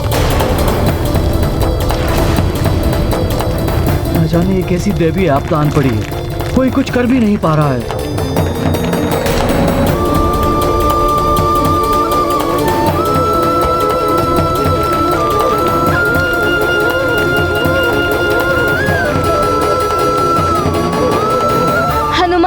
अपने स्थान पर पत्थर रखकर उड़ने का प्रयास करो।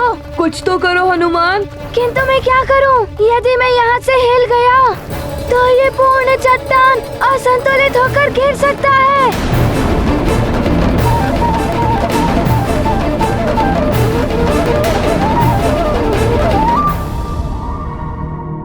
काल जब कुपित होता है हनुमान, तो मनुष्य को बचने का कोई मार्ग नहीं मिलता। ऐसा ही होता है काल का दंड। हनुमान, तुमने सबके संकट का मोचन किया है। तुम ही इस संकट से हम सबको बचा सकते हो। तुम्हें कुछ करना ही होगा मित्र। हम सबकी रक्षा तुम्हें ही करनी है। कुछ करो मित्र। हनुमान, मैंने तुम्हें असहायता का पाठ नहीं पढ़ाया है। सोचो पुत्र कि तुम क्या कर सकते हो। हाँ माँ, असहायता पराजय का द्वार होता है। मैं कुछ करने का प्रयास करता हूँ। हमारा मस्तिष्क असीम शक्तियों का भंडार है। आवश्यकता है तो उन्हें पहचान कर उनका प्रयोग करने। मस्तिष्क के एक भाग को जल पात्र पर केंद्रित करो और दूसरे भाग को उल्का पिंडों पर। इस अभ्यास से ही तुम भावी जीवन में मन को एकाग्र करके एक साथ अनेक कार्य करने की दक्षता प्राप्त कर सकोगे। मन, आत्मा और बुद्धि के संतुलन को समझ पाओगे।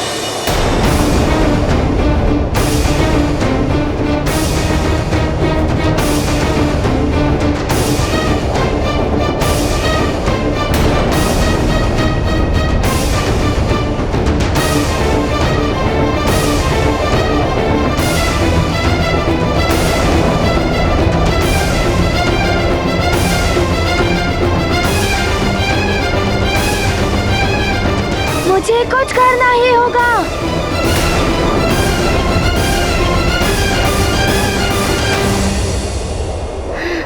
सखा,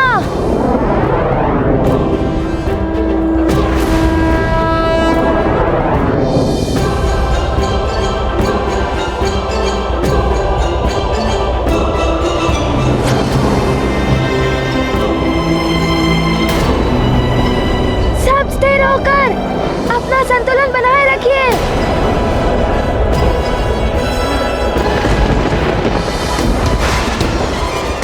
चलो सखा।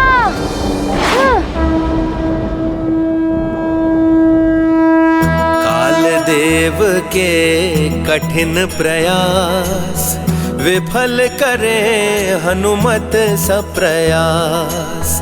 अडिग अचल यम देव कठोर, हनुमत निर्मल भाव विभोर। मारुति संबालक संग ऐसा, काल खेलते खेल ये कैसा। कौन कहे क्या हो परिणाम, मारुति महिमा ललित ललाम। ये गाथा महाबली हनुमत की, रुचिकर लीला राम भगत की। जय जय जय रघुनंदन राम, जय जय जय महाबली हनुमान। नहीं हनुमान, तुमने पुनः बचा लिया उन्हें।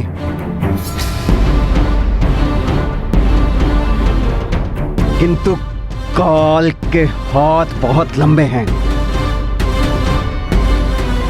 जिनसे मुक्ति पाना असंभव है।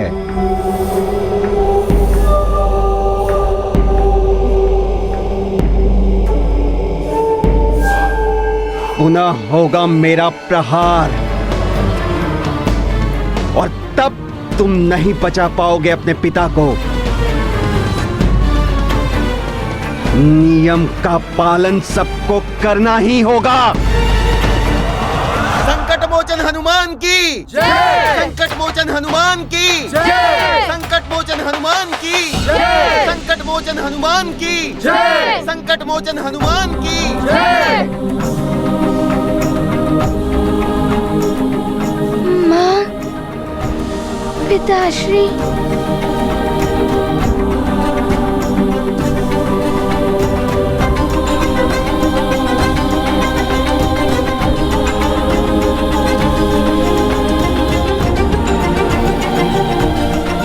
हनुमान हमारा हनुमान हनुमान हमारे हनुमान की जय।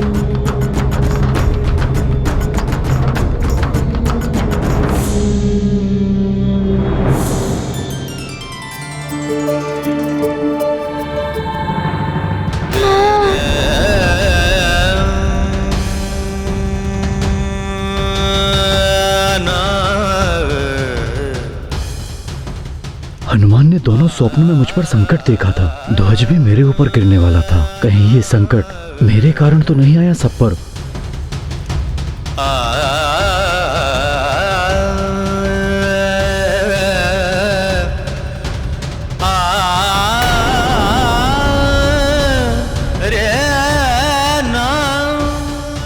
हनुमान, क्या हुआ पुत्र? अब तो संकट टल गया है। किंतु पिताश्री, यदि संकट नहीं टलता तो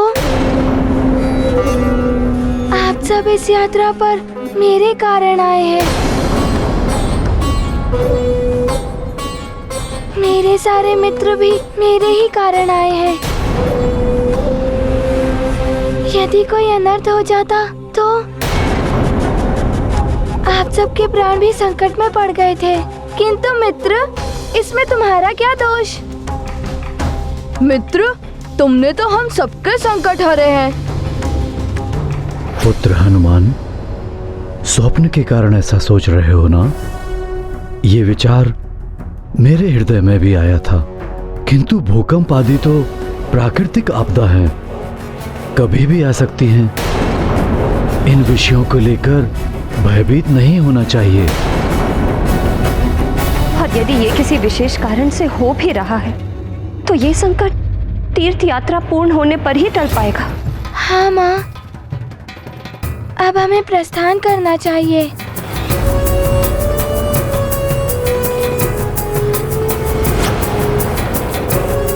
नहीं, कोई आगे नहीं जाएगा।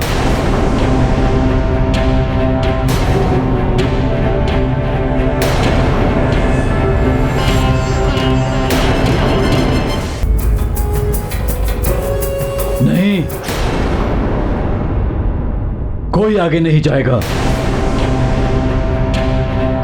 आगे की यात्रा मैं पूर्ण करूंगा। आप सब यहीं से वापस लौट जाएं। किंतु स्वामी। नहीं, मैं अपने कारण सबके प्राण संकट में नहीं डाल सकता। मैं अकेला ही आगे जाऊंगा। आप ऐसा कैसे कर सकते हैं? आपको छोड़ के कोई नहीं जाएगा। यदि कुछ होना ही है तो हम सबको होगा। हाँ स्वामी, आपको अकेले नहीं जाने देंगे हम। बस,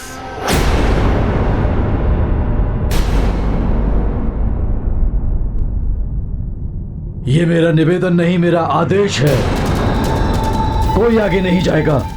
राजा हूं मैं, मेरे आदेश का पालन किया जाए।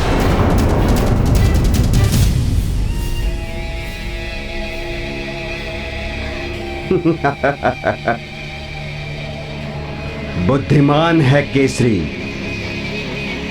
परिवार को संकट से बचाकर आत्मत्याग को अग्रसर होना परिवार के मुखिया का कर्तव्य है। आप अपना कर्तव्य निभाइए केसरी। हम अपना कर्तव्य निभाएंगे। आपने हमारा मार्ग सुगम कर दिया है। नियम है तो यम है। पिताश्री, आपका पितृधर्म एवं राज्य धर्म है सबकी रक्षा करना। और आपने मुझे भी सीख दी थी। मनुष्य को धर्म का निर्वाह प्राण प्रण से करना चाहिए। है क्या मुझे अपना पुत्र धर्म नहीं निभाना चाहिए? आप पर आसन संकट देखकर हनुमान कैसे आपसे विमुख हो सकता है?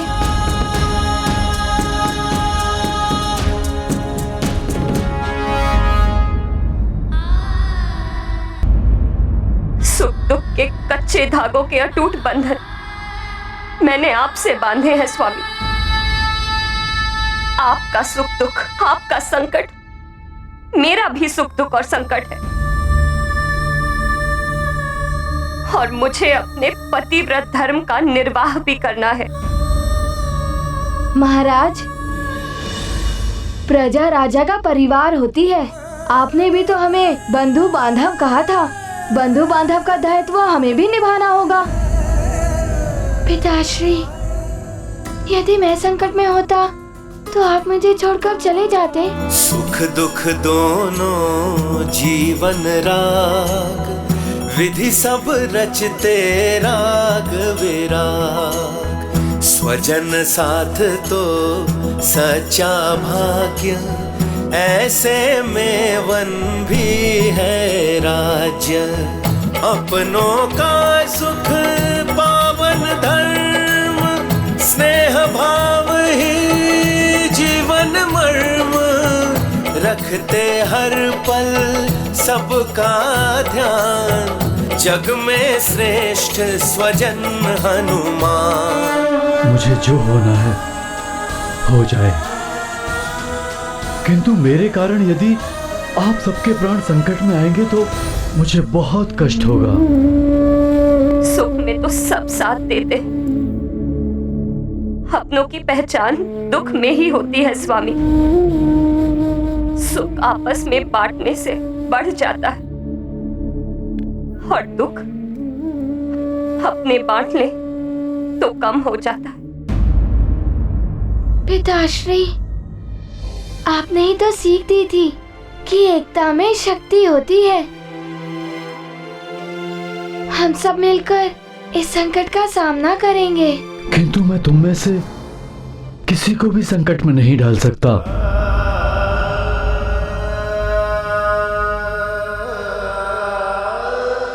पिताश्री, हनुमान भी आपका ही पुत्र है। हनुमान आपको इस संकट में छोड़कर नहीं जा सकता, भले ही आप हनुमान को आज्ञा के उल्लंघन का दंड क्यों न दे दे।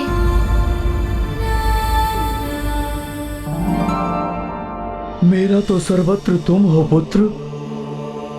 तुम्हें दंड देने का अर्थ है स्वयं को दंड देना। हम सबको साथ चलने की अनुमति दे दीजिए पिताश्री।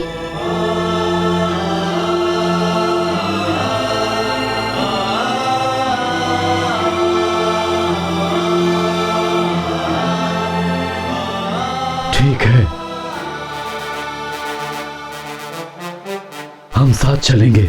हर संकट का सामना हम साथ मिलकर करेंगे। अब मुझे हर क्षण सतर्क रहना होगा। अपने माता पिता और परिजनों का ध्यान रखना होगा। ढाल बनकर खड़ा रहूंगा। केसरी की ढाल बनकर खड़ा है हनुमान, उसे केसरी से दूर करना होगा। किंतु कैसे महाराज? अब तो हनुमान पूर्णतः सजग होकर केसरी की रक्षा कर रहा है। कैसे दूर करेंगे आप उसे उसके पिता से? काल सदैव मृत्यु देता है, वो किसी मिश्र ही।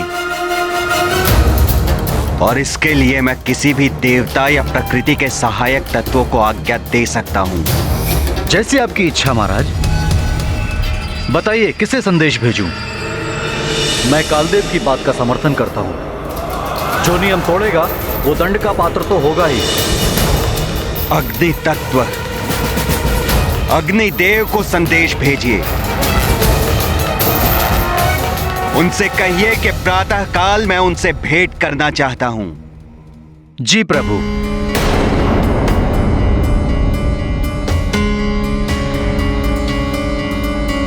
अंजना, कुछ देर विश्राम कर लो।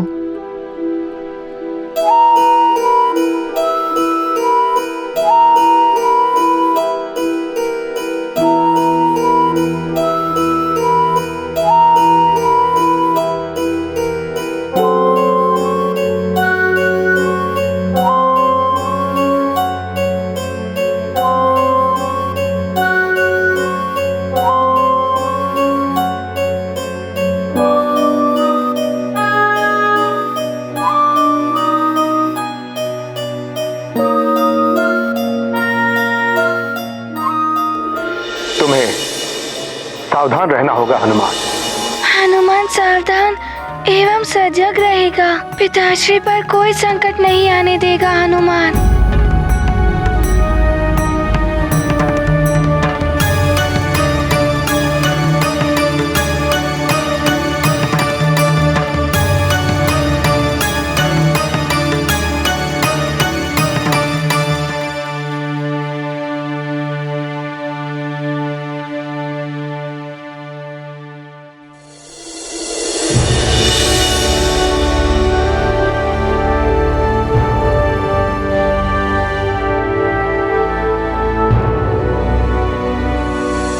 महाराज,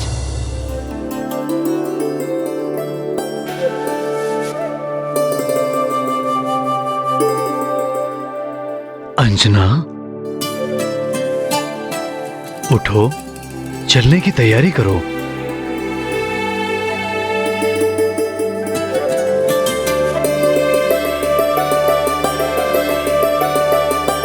चलो मित्रों, सज्जित हो जाओ, हमें आगे बढ़ना है। समय रहते यात्रा पूर्ण करनी है।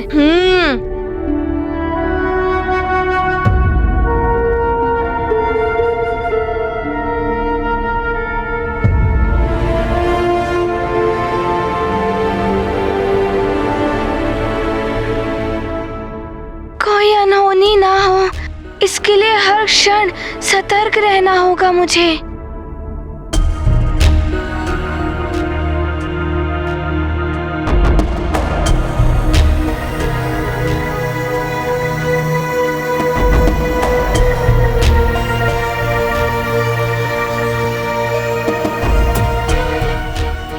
हे प्रभु, सारे संकट मुझे दे देना, किंतु मेरे परिवार पर कोई संकट ना आए।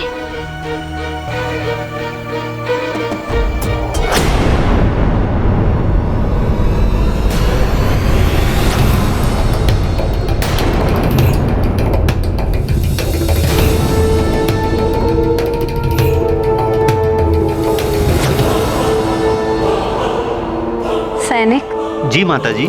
जल हो तो ला दो, प्यास लगी है। प्रतीत होता है नानी एवं आचरिका मौसी बहुत क्लांत हो गए हैं। क्या हुआ नानी? क्षमा करें माता, जो जल था वो प्रातःकाल ही समाप्त हो गया।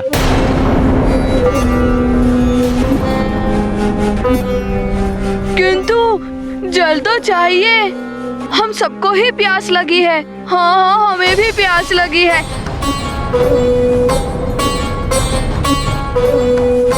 जल तो आवश्यक है, किंतु कोई बात नहीं, मैं अभी जल ला देता हूँ। देखो, ये वाशकल्य राज्य है। मैं इस राज्य से परिचित हूँ। वाशकल्य नामक राक्षस राजा है इस राज्य का। ये वही वाशकली राक्षस है जिसके भाइयों को हनुमान ने पराजित किया था जब उन्होंने अंजना का अपहरण करने का प्रयास किया था।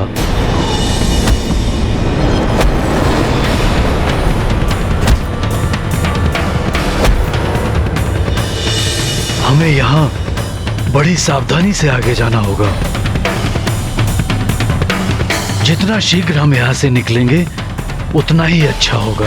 किंतु पिताश्री, नानी, माचरिका मौसी सबको प्यास लगी है। जल तो मुझे लाना ही होगा।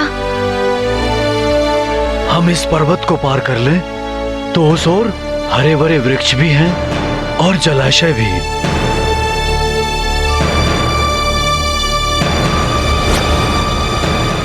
हमें हिम्मत करनी होगी और शीघ्र इस चढ़ाई को पार करना होगा।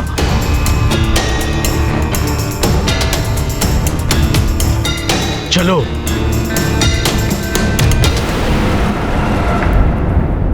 मैं हनुमान के विरुद्ध नहीं हूं कालदेव, किंतु प्रकृति के नियम को जो तोड़ता है उसे दंड मिलना ही चाहिए। सृष्टि के पांचों तत्व पृथ्वी, जल, समीर, आकाश और अग्नि सबको इस नियम का कठोरता से पालन करना ही चाहिए। अग्निदेव, जिस प्रकार मनुष्य के कर्म फल उसके संतान और परिवार वाले भोगते हैं, उसी प्रकार संतान के कर्म का प्रभाव भी उसके पिता और उसके परिवार पर पड़ता है। हनुमान के लिए उचित दंड होगा उसके पिता की मृत्यु, और उसके लिए मुझे आपके सहयोग की आवश्यकता है। किंतु कालदेव, हनुमान महाशक्तिशाली है, उसके रहते केसरी का कोई अहित नहीं कर पाएगा। वो बचा ही लेगा केसरी को। उसके लिए क्या करना है ये भी मैंने सोच लिया है। इसके लिए हनुमान को इस बार केसरी से दूर करना होगा।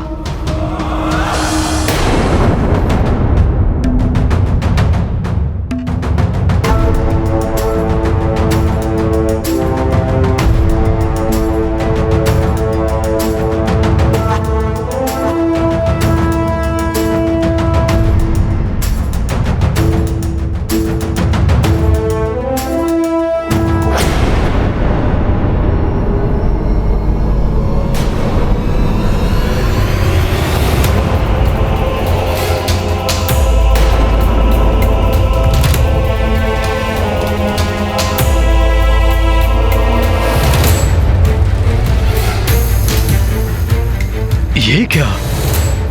यहाँ हरे भरे वन थे, जलाशय थे। स्वामी, यहाँ तो मात्र मरुथल दिखाई दे रहा है, कोई जलाशय या हरे भरे वन नहीं है। मुझे भी आश्चर्य हो रहा है। हरे भरे वन और जलाशय के स्थान पर शुष्क मरुथल।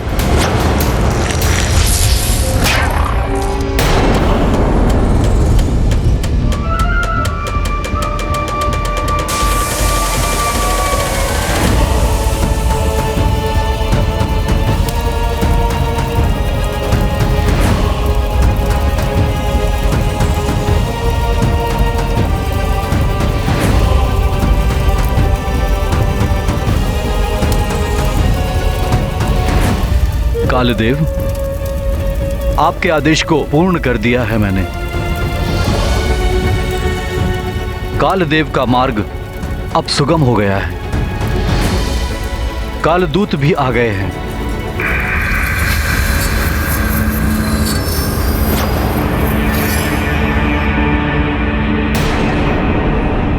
चलो, हमें तो आगे बढ़ना ही है।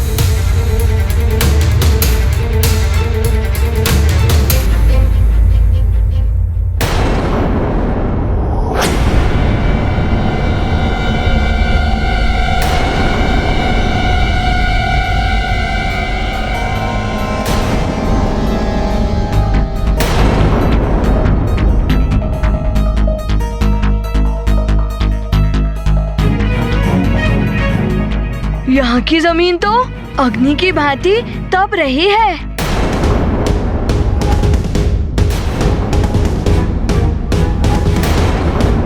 मित्रों, मुझे ज्ञात है तुम सबको बहुत कष्ट हो रहा होगा, किंतु हमें आगे बढ़ना ही होगा, अन्यथा समय रहते यात्रा पूर्ण नहीं हो पाएगी। चलो मित्र, आगे बढ़ते हैं।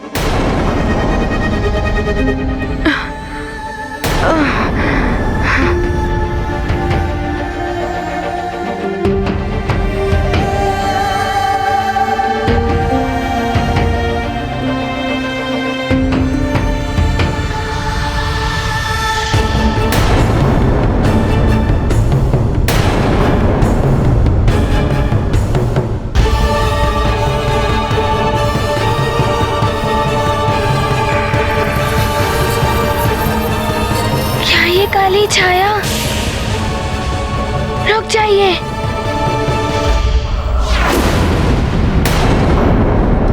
मुझे संकट का आभास हो रहा है।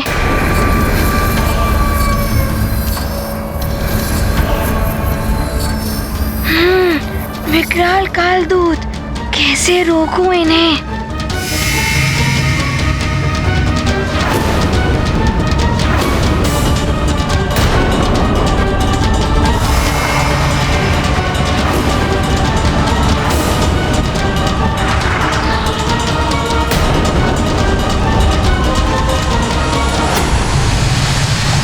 सावधान हो जाओ सब लोग, मरुथल की धरती में छिद्र हो रहे हैं।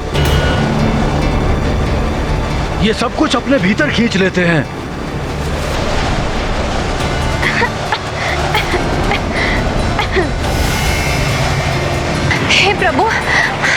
सी आपदा आ गई है।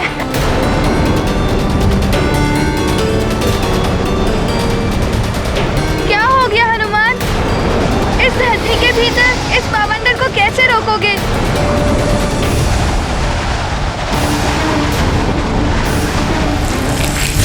ये काल का रेतीला बवंडर है, सबको धरती के भीतर ले जाएगा। ये क्या हो रहा है? कुछ समझ नहीं आ रहा है।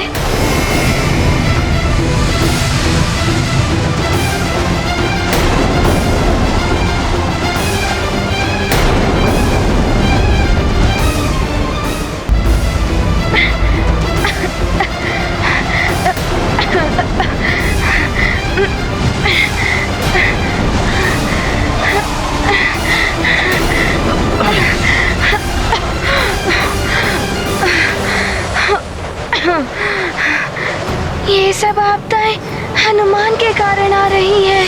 स्वामी का स्वप्न में चट्टान से गिर जाना,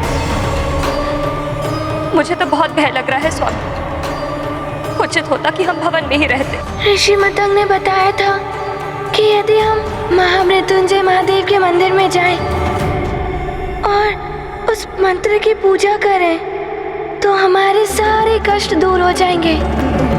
वहाँ जाना ही चाहिए। माँ, पिताश्री और सबको हनुमान के कारण ही इतने दुख उठाने पड़ रहे हैं। सब मेरे कारण ही इस यात्रा पर आए हैं। मुझे इन सब की रक्षा करनी होगी।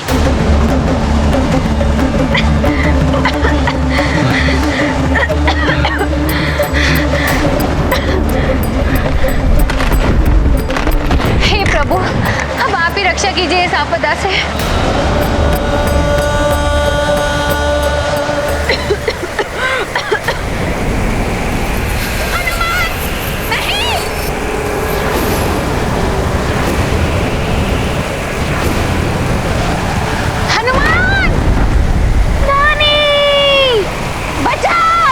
माता जी,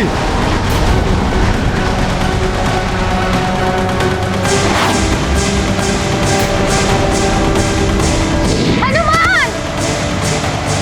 हनुमान! नानी!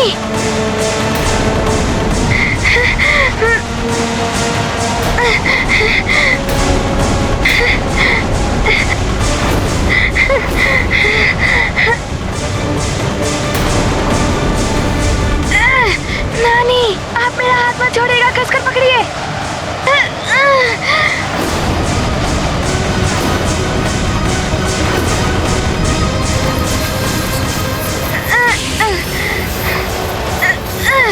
ये क्या?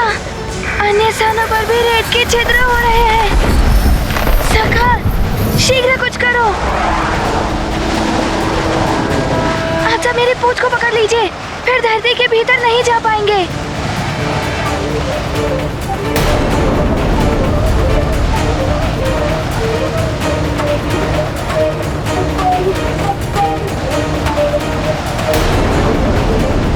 सब हनुमान की पूंछ को पकड़ लो।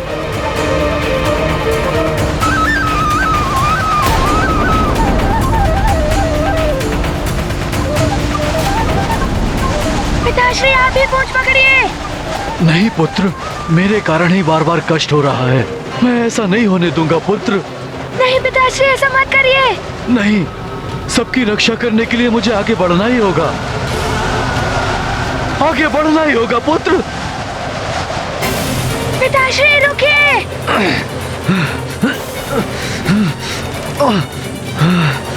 ऐसा मत कीजिए स्वामी, हनुमान किसी को कुछ नहीं होने देगा। नहीं!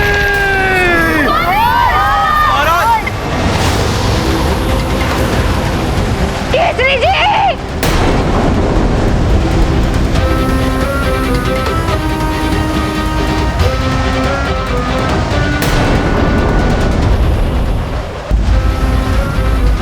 ये स्थिति तो और विकट होती जा रही है।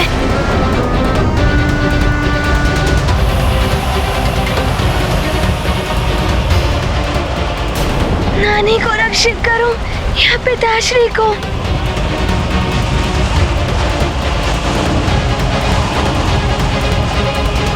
अंजना,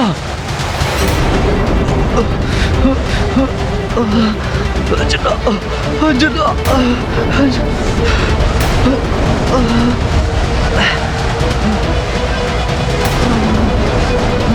पिताश्री पूंछ पकड़ लेते तो सब बच जाते। अब क्या करूं मैं?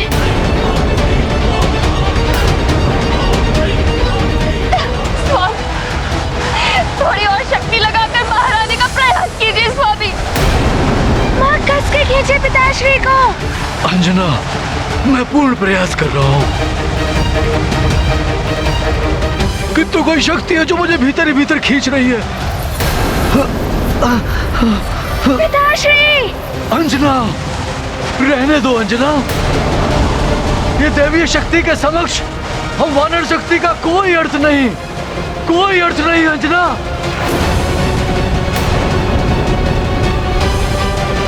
अंजना,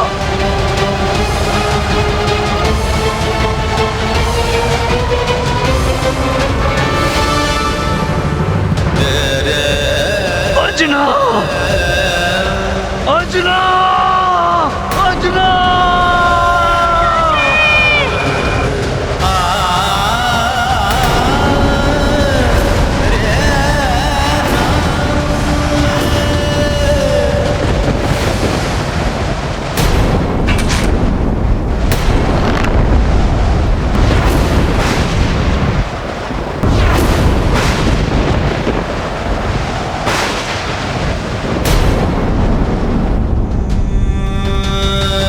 अब देखता हूं मेरे इस वार से कैसे बचाता है हनुमान केसरी को।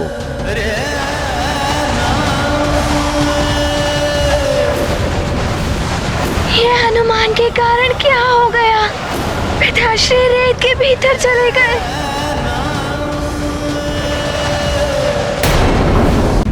हम साथ चलेंगे, हर संकट का सामना हम साथ मिलकर करेंगे। अब मुझे हर क्षण सतर्क रहना होगा, अपने माता पिता और परिजनों का ध्यान रखना होगा। हम साथ साथ हैं। किंतु महाराज, एक बहुत बड़ी समस्या उत्पन्न हो गई है। संपूर्ण खाद्य सामग्री भूकंप में नष्ट हो गई है। भूकंप और पर्वत के फटने से बैल बेकाबू हो गए थे और वो उसी ओर भागे थे जिस ओर पर्वत फटा था। कोई बात नहीं, वन के कंदमूल हमारा भोजन होंगे, जलाशय से हम जल प्राप्त करेंगे। किंतु अभी संध्या होने को है, रात्रि हम यहीं विश्राम करेंगे। प्रातः होते ही नई स्फूर्ति के साथ हम अपनी यात्रा पुनः आरंभ करेंगे। पिताश्री, हर संकट में आपकी ढाल बनकर खड़ा रहूंगा।